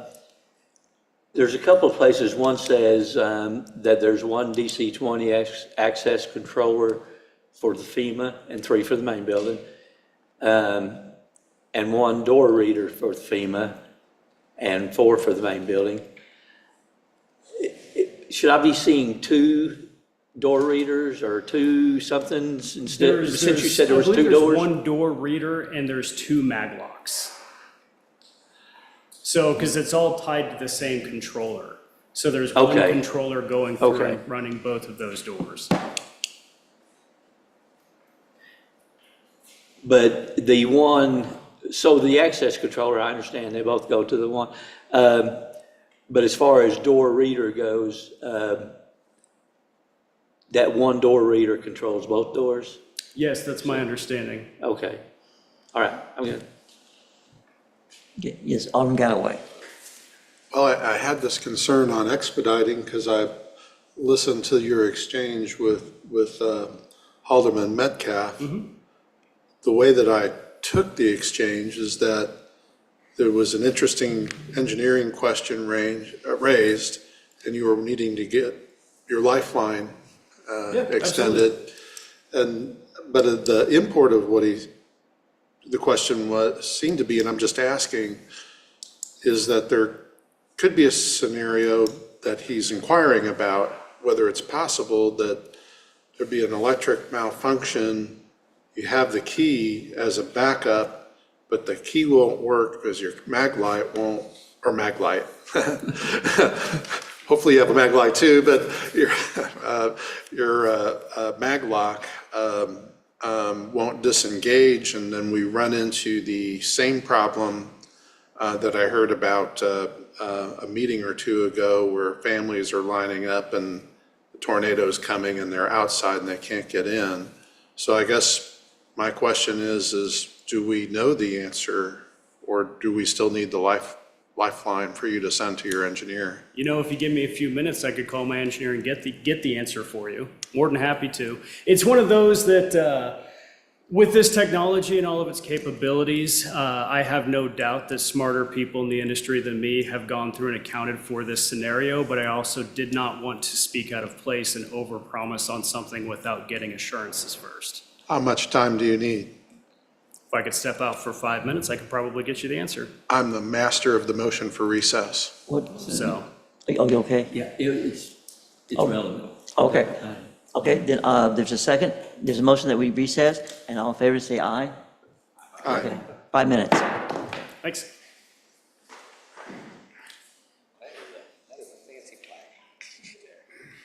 Well, you deserve it. I am gonna miss you.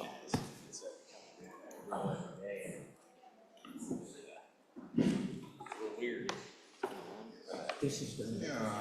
Yeah. Well, we're trying to get them fully fixed so it'll stop it. Well, second.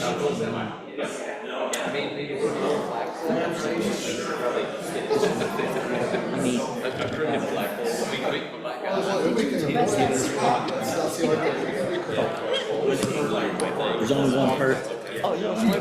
I'm kind of a stickler for details. Yeah?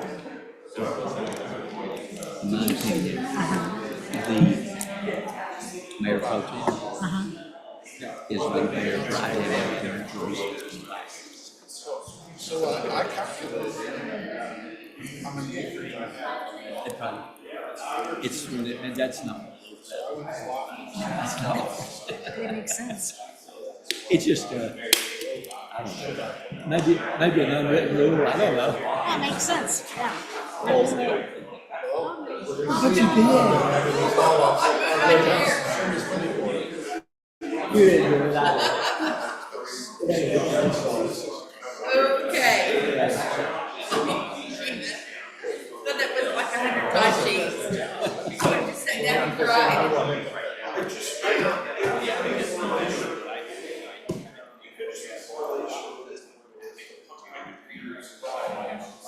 I thought we had some for Okay.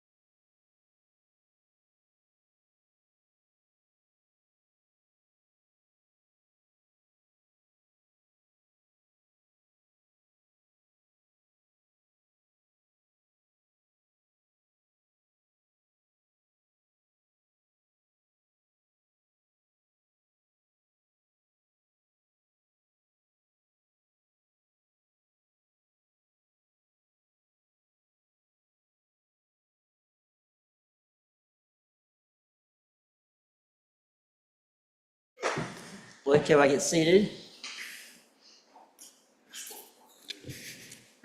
So you called your friend, and so what did we find out, sir? Okay, so we have several options.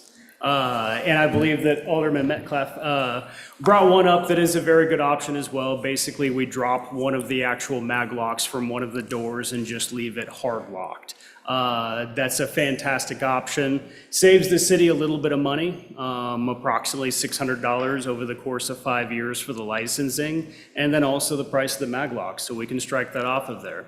Another option that we have the ability to do, which would probably, it's not like it's very difficult to implement, it's just more work, not a big deal, more cost versus that one being a little less cost, is typically in these situations what we do is we install an outside relay into a Jack's box that's basically a secured box to be able to cut power to those batteries in that situation or to that setup.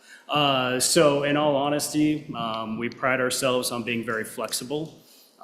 So whatever direction the city would want us to go, whether it's leaving one of them not secured with the mag locks, or it's going through and installing an external Jack's box to be able to go through and cut power, both of those are completely acceptable and in the realm of what we're able to do. Okay, so with Campbell.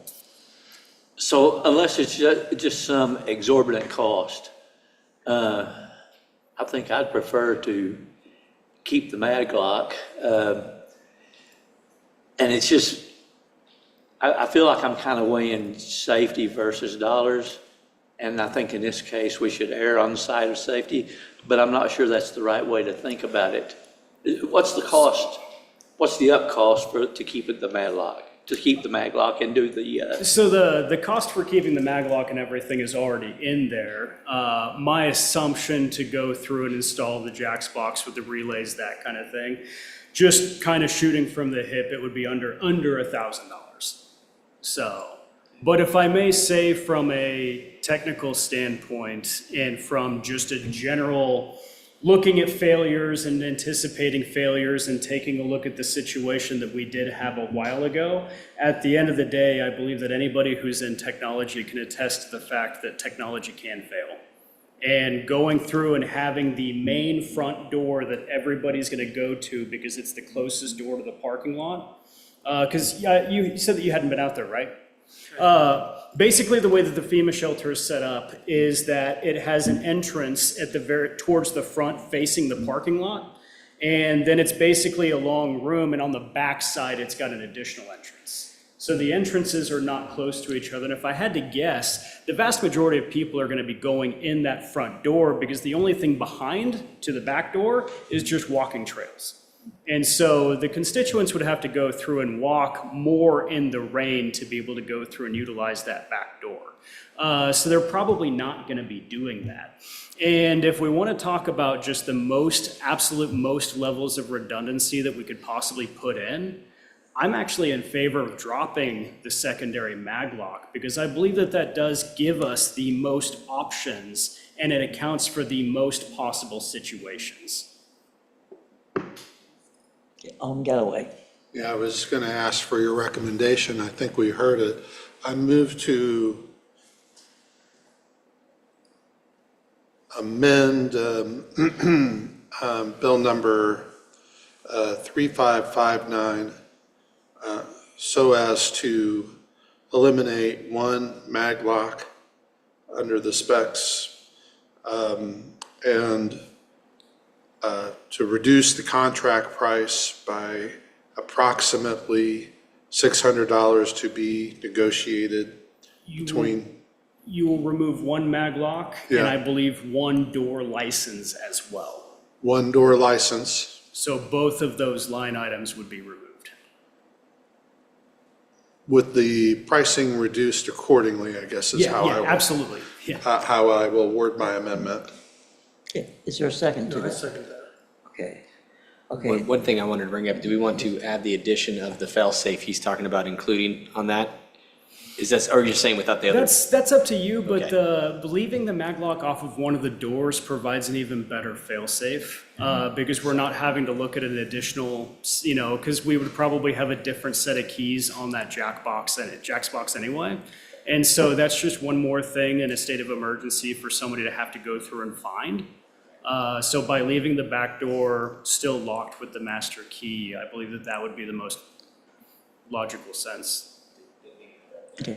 Okay. Oh, I'm always looking for improvements, but I think I've got my motion out there. Yeah. And just to be clear, I was deleting the reference to $600 and just saying according, price down accordingly. Yes, sir. Will there be Knox boxes at each door? Be what? Knox, you may not do Jack's the Knox box. Did you call them? We're actually recommending not to do those. We're At all? recommending, yeah, not to Okay. do them at all, to leave the back door, just locked manually how it is now, in case of an emergency. So wouldn't that mean that maybe there should be a Knox box there?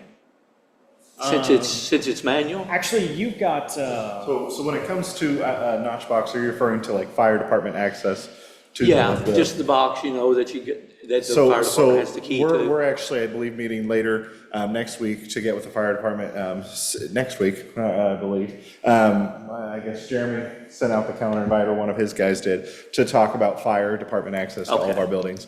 And the FEMA shelter and notch box access will certainly be a topic of conversation on the park side of things. Okay. Now, I do think that having a separate key, a master key, like what we have in our city response, will always be the case, just because that's just one more thing that we can do to prevent incident. Because again, if the technology fails us in so many ways, and Maria, Ben, and I, as well as Tim from Public Works, are not able to get to the shelter, and any of the other key holders are not able to get to the shelter, the last step in that line of response is there is a, I don't want to say notch box, because I believe that's specifically referring to the fire department boxes, but the last line of defense is a coded box where the public would be able to access a FEMA shelter-specific key. And that code is available from the dispatch in the instance where all plans A through, at that point, I think D have failed. So, Director Smith or Parsons, either one would probably know the answer to this, but I don't think the Knox box is actually specific to the fire department. I think there's other entities that can come into play on there. Maybe if we could ask one of them to speak to that and see.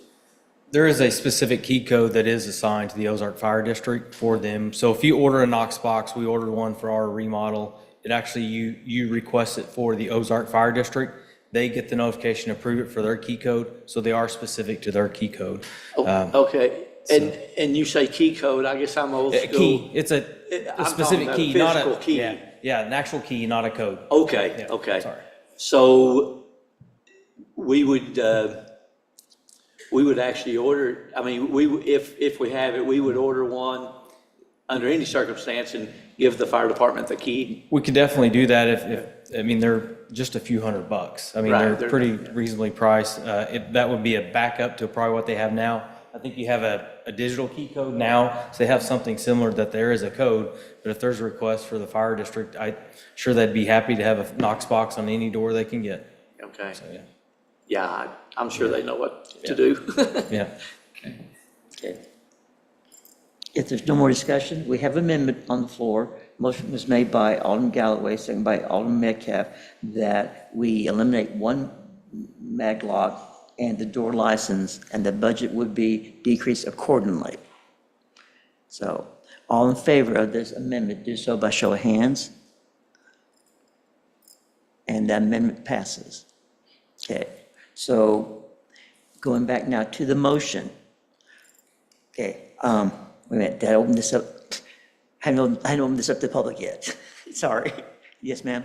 You don't need to open it to the Oh, this is just spend, yeah, this is, yeah, we're expediting, this is the second part of it, sorry. So, any final comments before we, okay? Your Honor, I make a motion that we adopt Bill number 3559 as ordinance number 24-040. Is there a second?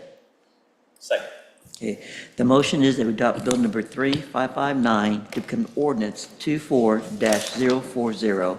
The motion was made by Alderman Snyder, second by Alderman Flores. Roll call, please. Alderman Hutchinson. Aye. Alderman Metcalf. Aye. Alderman Flores. Alderman Snyder. Aye. Alderman Galloway. Aye. Alderman Campbell. Aye. We have 6 aye votes, motion carries. Okay, very good. Now, let's move on now to bill number 3560. Your Honor, I move that we place Bill 3560 on its first reading by title and description only. Second. Okay, the motion is to replace bill number 3560 on its first reading by title only. Motion was made by Alderman Flores, second by Alderman Snyder. All in favor of voting on motion to discuss bill 3560, use by show of hands. And that does carry. An ordinance authorizing the mayor to enter into a contract with Emery Sapp and Sons Incorporated for construction of Phase 2 of the Chadwick Flyer Trail. And I believe Director Jeremy Parson. Yes. I'll keep this going because Captain Hill looks mean right now, so we'll get rolling here, drive into this presentation. Hey, no, he just had some caffeine, he's fine. Okay. Well, this is another project that we've talked about a lot over the years, and I'm happy to say that we're finally at that point where we're at construction. You guys know the big picture. You know the goal is to connect our communities. This is a large part of that goal. The area you see there identified as Tracker Marine, approximately 4,300 linear feet. It took a while. We had to really balance the logistical needs of Tracker Marine. They want to grow. They need it to grow safely, and we had to do a lot of negotiating. But I'm happy to say they were wonderful to work with, and every bit of this easement was donated to the city. So that's always a good thing. This is how it will look theoretically when we find that magic $30 million to put in that new interchange at Longview. But no, it's just focus on the green part of the trail there. But it is a significant portion of trail. Eddie, for you, here's the green part of the trail there coming through. But again, that's the phase that we're doing right now, 4,300 linear feet. We got our bids back on the 18th, very pleasantly surprised with that. We did have 2 that we had to throw out based upon MoDOT's feedback. They did not meet all the requirements. Luckily, we're still in very good shape with the bid results. And MoDOT has provided concurrence of award. So MoDOT's on board. They've seen everything. They've approved everything. You can't see that, so I made this. You got Hunter and Chase that was thrown out because they basically they didn't fill out all the required information. And then you had Elements Construction that did the same thing. But we were pleasantly surprised. We were actually estimating, based upon some previous concrete work that we did, about $750,000. We read that first one. It was the first one that we read that day, and my heart sank. And then the next one said 502, and we were like, all right, we got this. So again, just to educate, because we've got some new people here, TAP, when we refer to TAP, TAP is Transportation Alternative Programming, federal funds to encourage multimodal transportation. So yeah, we're ready to roll. What we'd like to do tonight, because this has been pitched to you and presented to you several times, is kind of expedite this and move forward and begin the construction process. We'd really like to hit that November 15th date, which I think is highly feasible. I know in the past, with our summer construction jobs, we've considered that. ESS was the highest or the lowest and most qualified bidder. And we are requesting about $502,585.49. Just as a reminder, the federal government approved up to $742,000. So if we want to add some things to this, we can. If there's some things that you all feel like aesthetically would make a difference, or if there's things from a safety standpoint, I do want to reinforce that SEPTED has been brought into this, that we've met with the police department, and there may be some other landscaping opportunities or some things that we can do. At minimum, we'll spend $100,000 for this project. If we want to do these extra amenities, we could spend up to 148, but collectively, we'll make that decision. If we feel like that's the appropriate use of that money, you're still getting a $500,000 job for $100,000, which is always a good thing. So, again, we couldn't do it without everybody in the room and those outside of the room too. Been really helpful throughout all the negotiations. We're just excited to get to this point. We're excited that ESS appears to be the contractor that we'd like to go with, and we have a good working relationship with them in the past. They've been a very responsive and very communicative. Yes, so they're very good at communicating in the past too. So, any questions regarding this project? Galloway, you're first.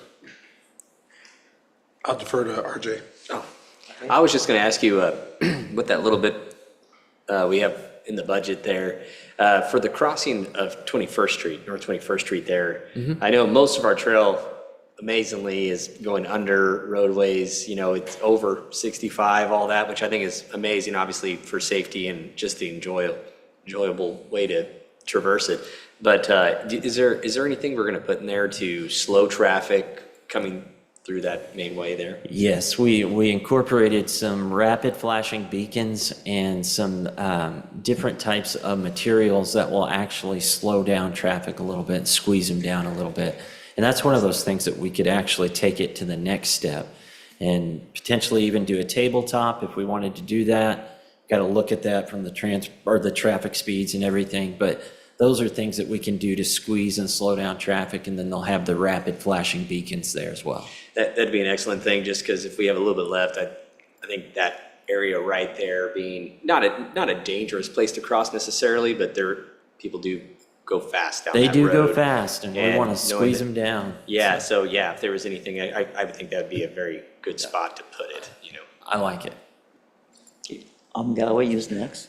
I was just a little confused about I think you had mentioned that if we wanted to, we could add some amenities and up to a certain amount. And Yes. I was trying to understand what the process would be for that, or if that was even recommended. So we would work with MoDOT on that. We were approved to spend up to $748,000 with our MoDOT agreement that you all approved. So if, just like we did with the Chadwick Flyer Phase 1, we came in a little bit under and we added more fencing, that black decorative fencing there, just because we felt like it added so much to it. So if they're gonna continue to provide those dollars, we just need to match 20% of whatever we add. And when would we do that? So as the project goes along and as we identify the needs, we'd probably come back to you with a short list of alternatives that we pick from. But it would happen pretty rapidly. This is a 120-day project, so we'd want to get those options to you quickly. But we'd be obviously looking for the most bang for our buck, whether it be aesthetic, safety, one of those things. I certainly would like to hear those options after you develop them. Thank you. Sounds great. Okay. Anyone else? Questions for Director Jeremy? Okay, thank you. Thank you. This is a first reading, so I do need to ask the question. Anyone here open to the public in favor of Bill number 3560? Wayne said yes. Okay, anyone opposed then to Bill 3560? In opposition? Not seeing any, I'm going to close this to the public at this time. Any other questions from the board? It has been requested that this be expedited. I make a motion to place Bill 3560 on its second reading by title and description only. Second. Okay, the motion is to replace Bill 3560 on second reading by title only. Motion made by Alderman Flores and second by Alderman Snyder. All in favor to discuss Bill number 3560, do so by show of hands. And that carries. An ordinance authorizing the mayor to enter into a contract with Emery Sapp & Sons Incorporated for construction of Phase 2 of the Chadwick Flyer Trail. Okay. Any further questions for Director Jeremy from the board? Or any final comments from? Final comment, I just want to say thank you. Tonight is RJ's last night, and he wanted to expedite this, really. He didn't know it until this afternoon, but thanks for being our liaison. Cameron and I have had a lot of good times with you, and we appreciate your service. And thanks for all your support on Chadwick Flyer. Yes, sir. I will just say, yeah, I was actually kind of happy about expediting that, 'cause I knew it was on the thing tonight, and I was like, boy, I'd love to go out with that being my final bill, on the Chadwick Fire. So, having said that, I'll make a motion to adopt Bill 3560 as ordinance 24-041. Is there a second? Second.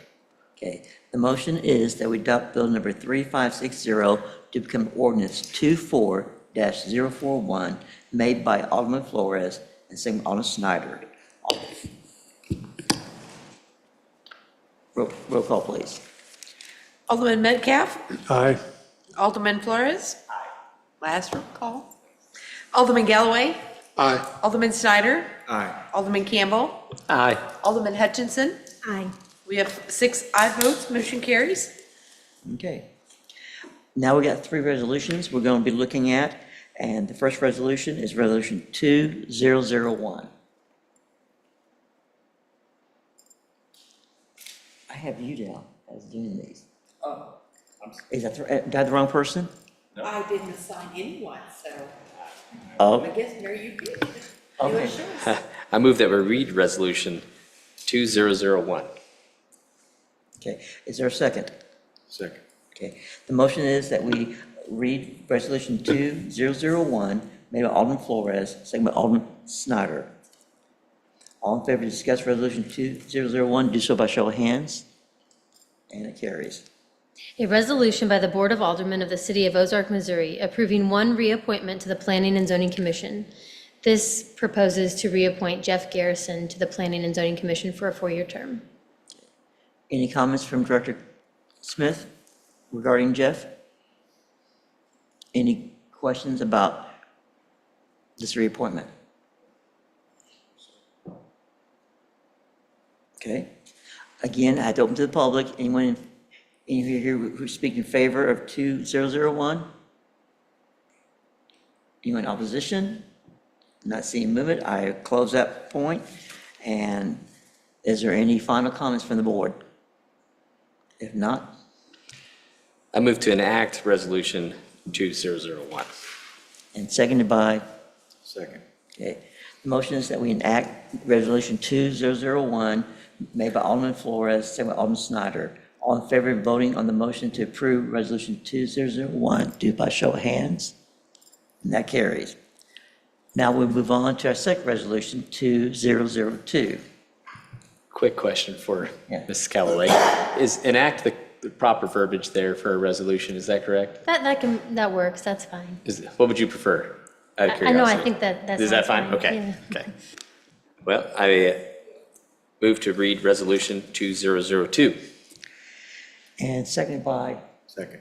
okay, the motion is that we read Resolution 2002, made by Alderman Flores, seconded by Alderman Snyder. All in favor of voting this motion, discuss Resolution 2002, do by show of hands. Yes, it does carry. A resolution by the Board of Aldermen of the City of Ozark, Missouri, approving 1 reappointment to the Planning and Zoning Commission. This resolution proposes to reappoint Hadley Goldberg for another 4-year term. Any comments from Director Smith? Any questions? Or yes, Alderman Campbell? This is really a general question, but I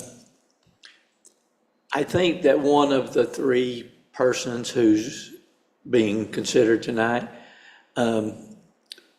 was removed for missing too many meetings. Is that the case, or and if so, is that person beyond his reasoning? Okay, let's ask Director Cameron to address that. None of these renewals tonight is anyone that's being renewed because of absentees. The person I think you're thinking of is resigned from the commission, and that position is vacant that we're looking to fill now. So it's still vacant? Mm-hmm. Okay. Any other questions for Director Cameron? Okay. If not, open this to the public. Anyone here in favor of Resolution 2002 or in opposition? There is no movement, so I'm going to close that to the public. Any final comments from the board? Not seeing any? I move to enact Resolution 2002. Second by? Second. Okay. The motion is that we enact Resolution 2002 made by Alderman Flores, second by Alderman Snyder. All in favor of voting on the motion to enact Resolution 202, do so by show of hands. And that does carry. Now we'll move to the final resolution, 2003. I move to read Resolution 2003. Second. Okay, the motion is that we read Resolution 2003 made by Alderman Flores, second by Alderman Snyder. All in favor of voting on the motion to discuss Resolution 2003, do so by show of hands. And yes, it is carried. A resolution by the Board of Aldermen of the City of Ozark, Missouri, approving one reappointment to the Planning and Zoning Commission. This resolution proposes to reappoint Pete Renfro for another 4-year term on the Planning and Zoning Commission. Any comments, Director? Any questions for Director Smith? Okay, as for the public, I'm opening it up. Anyone in favor? Anyone opposition? And there is none, so we'll close that portion. And I move to enact Resolution 2003. second by? Second. Okay, so the motion is to act Resolution 2003 made by Alderman Flores, second by Alderman Snyder. All in favor of voting on the motion to approve Resolution 2003, do by show of hands, and that does carry. And there is no second reading tonight, so we will go on to reports from our officers, board, and committees. As for our interim city administrator, any? Just a reminder that everybody needs to be here at 8:30 tomorrow morning for the interview process. So breakfast will be provided. Okay. Any questions for our interim director, city administrator? Okay. At this time, we'll have our planning and development department come with his report. Just a few project updates. Happy to announce Burger King has their permit that's been approved. Hopefully we'll see some construction soon on that project. Yes. Jersey Mike's Subs is underway with their remodel next to Five Below. The Sonic on the north side of town, if you've driven by there, you'll see it's going up fairly fast. There's actually a building standing there now, so not completely sided, but it looks like a building. The U-Haul is getting really close. They do have a form of TCO or temporary occupancy on the first floor of the southern building. They're working to get their final inspection started for the remaining 2 buildings tomorrow. So hopefully we'll get those completed fairly soon. You may hear soon about the Warren property. Staff has now received a urban service area or USA application from the county on the Warren property, which is just north of Walmart, the vacant field. So they're doing the lot split in the county to separate off the roughly southern 20+ acres so that we can pursue the annexation, zoning, and plating of that development. Other than that, I'd be happy to answer any questions. Yes, sir. Snyder. Hey, what's the status of the property directly to the west of Walmart across 65?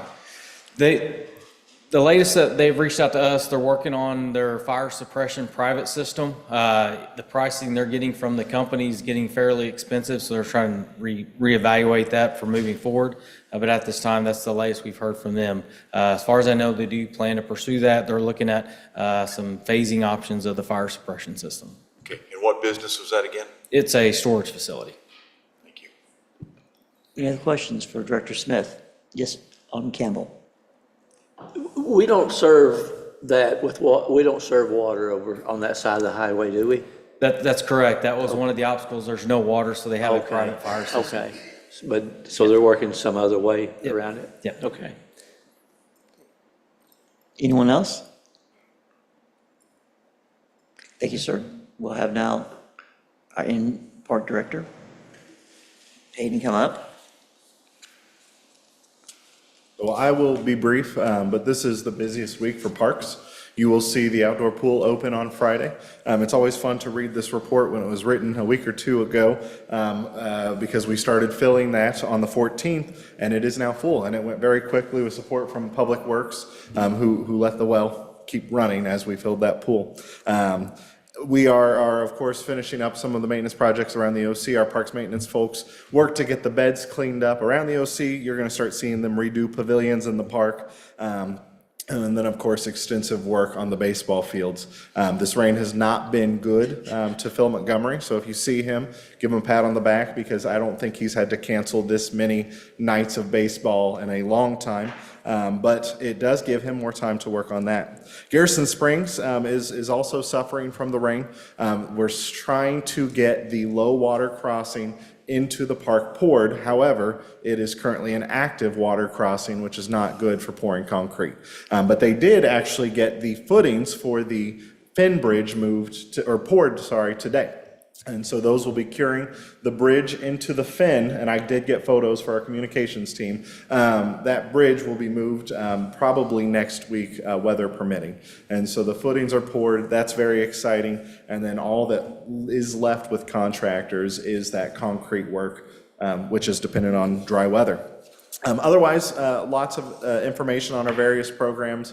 Our new fitness coordinator, Carrie Rogers, has prepared some stuff too. She's diving in. She's doing a really great job, and she's really excited to revitalize our classes and bring new life into them. Find out what's not vibing with our members, and then find out what maybe they want to see. But I am open to any questions and available to any questions beyond that. Sir, Campbell. You mentioned the Finn, and I'm trying to remember the timing of a question that was asked a while back about ADA access to the Finn overlook area, or whatever you want to call it. I don't know that I've ever heard a response on that, or maybe I did and I just don't remember. I don't know that specific question was asked to me, so I may ask that you refresh my memory or field that question to me. I can actually help you out a little bit. I believe it came from somebody online. One of our posts about a separate, unrelated trail project brought up the issue that they felt that it was important that the overlook area, become ADA accessible. But I think you would agree with me that while that's an admirable goal, the cost on such a project would be very high due to the steep grade to get to that area. And it's just a soft trail. We're not putting in a hard trail there. It'll just be a cut into the earth, but I'll let you. Yeah, so Mr. DeClue is correct. It is quite substantial terrain out there. We are wrapping up phase 1 of this project, but my goal for June is to issue an RFQ that would include a Garrison Springs site plan and a Parks Master Plan. If identified in the plan that ADA access is truly there, a cost estimate would be developed, and if that's something that we wanted to pursue, if it was possible at that time, that's something we could do. At this time, it is just a soft trail because that's what was planned for the site. Now, since the inception of this project, the lookout location did shift to, frankly, I don't know who's been out there and who hasn't, but Alderman Hutchinson may be more familiar with where it is. Now you get a substantially better view of the springs at Garrison Springs, Alderman Galloway as well. Whereas before you would have been looking straight down on them, now you're able to look across the fin at them. And actually, I believe Director Smith was one that gave that advice is, hey, maybe that's a better spot. That may also be more beneficial when we look at ADA access in the future, but again, we are just at the inception of that Garrison Springs site plan where we would look at that cost estimate for that. Snyder, you have a question, sir. I'm actually the one that brought that question up. I can tell you all about it because Ms. Payne, the former Parks Director, she refused to give me an answer because it was supposed to be phased in with, I believe, phase 1, 2, or 3, or whatever, and she could never give me a good answer on what the phases were. But I really am. I mean, if we're pouring footings, why can't we have ADA access there? I mean, that's my question. Two separate items though between the overlook and the bridge. This is the Finn Bridge. No, this is, I know what I'm talking about here. Sure. This is the Finn. And I asked this specific question about ADA, and I'm not being mean, I'm just telling you because I'm the one that asked the question. Oh, yeah. Okay, with the ADA, and if I sound hostile, I'm not. It's just I got bent out of shape about it because of the riffraff that went with it. I asked about ADA access around the Finn, okay? And we were told that it was not a good thing because it was not gonna, the money wasn't there. But we were told that it would come in a phase. So I really am curious, especially what Mr. Campbell's trying to address here, because I want to know, if we're pouring concrete footings, why can't we have ADA access? That's my question. To get to the Finn Lookout Bridge, you will actually be able to get to the bridge at this time with ADA access. So we have done a change order. Now that will stop at the Finn. To get to the Lookout platform, that will have to come in a later date where we'll do a cost estimate. At the end of the day, we can provide those numbers and ultimately leave it, I believe, to the board's direction on whether we pursue those projects. I know that the location is gonna be tough terrain. And I don't know, frankly, enough about the construction of a trail, but that's why we have really great engineers.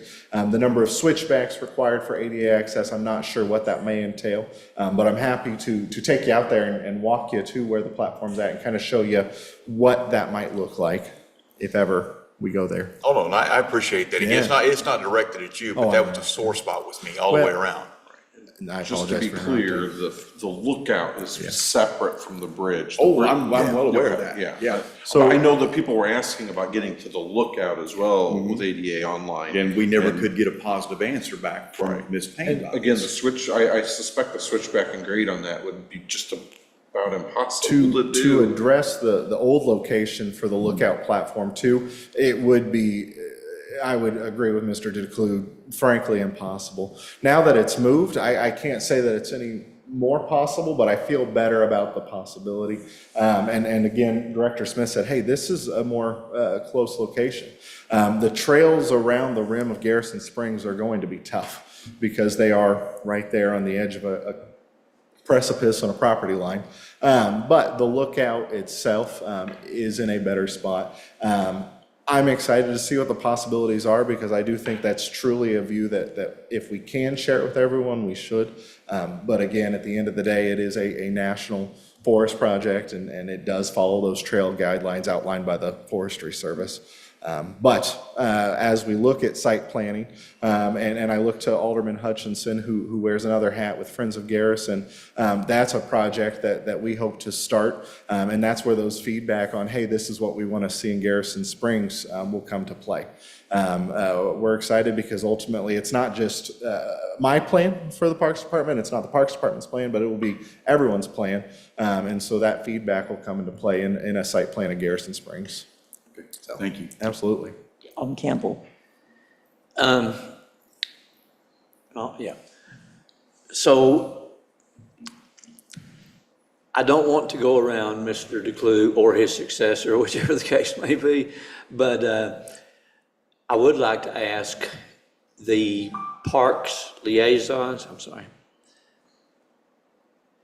if they would follow up on that with Mr. Declue or the new city administrator and kind of run that through the correct channels and see about that, because I think it's important. I think it speaks volumes if we don't do it. It's kind of, I don't know how you would measure it, but if we don't do it, it's only going to take a couple of disabled people to give it a black eye, or that potential anyway. No, I agree 100%, and that was my argument with it all the way around, especially with our disabled veterans who actually gave us the right to do this. And when we were told no, it wasn't going to be done, that they could view it through a kiosk, that hit a sore spot with me, as it did with other folks online as well. But that's definitely a horse we'll ride at a different time. I think a site plan for Garrison Springs will address a lot of these questions. And we're excited to have a good, solid site plan, not one that we rush into. And either at the end of this year or potentially first thing of next year, depending on budget cycle and where that RFQ lands. That's something that we're excited to present to you all as a potential opportunity. Okay. Any other questions for? Okay. Thank you, sir. Hey, thank you. Okay. Any final comments from the board? Yes, sir. Good luck, buddy. Thank you, sir. Thank you very much. That's the way I see it. I agree. Thank you. Thank you. Okay. Is there a motion that we adjourn then? Move to adjourn. Second by? Second. Yeah, RJ had the last one. All in favor, do so let's say aye. Or stand on, yeah, just stand up and say aye. Yeah.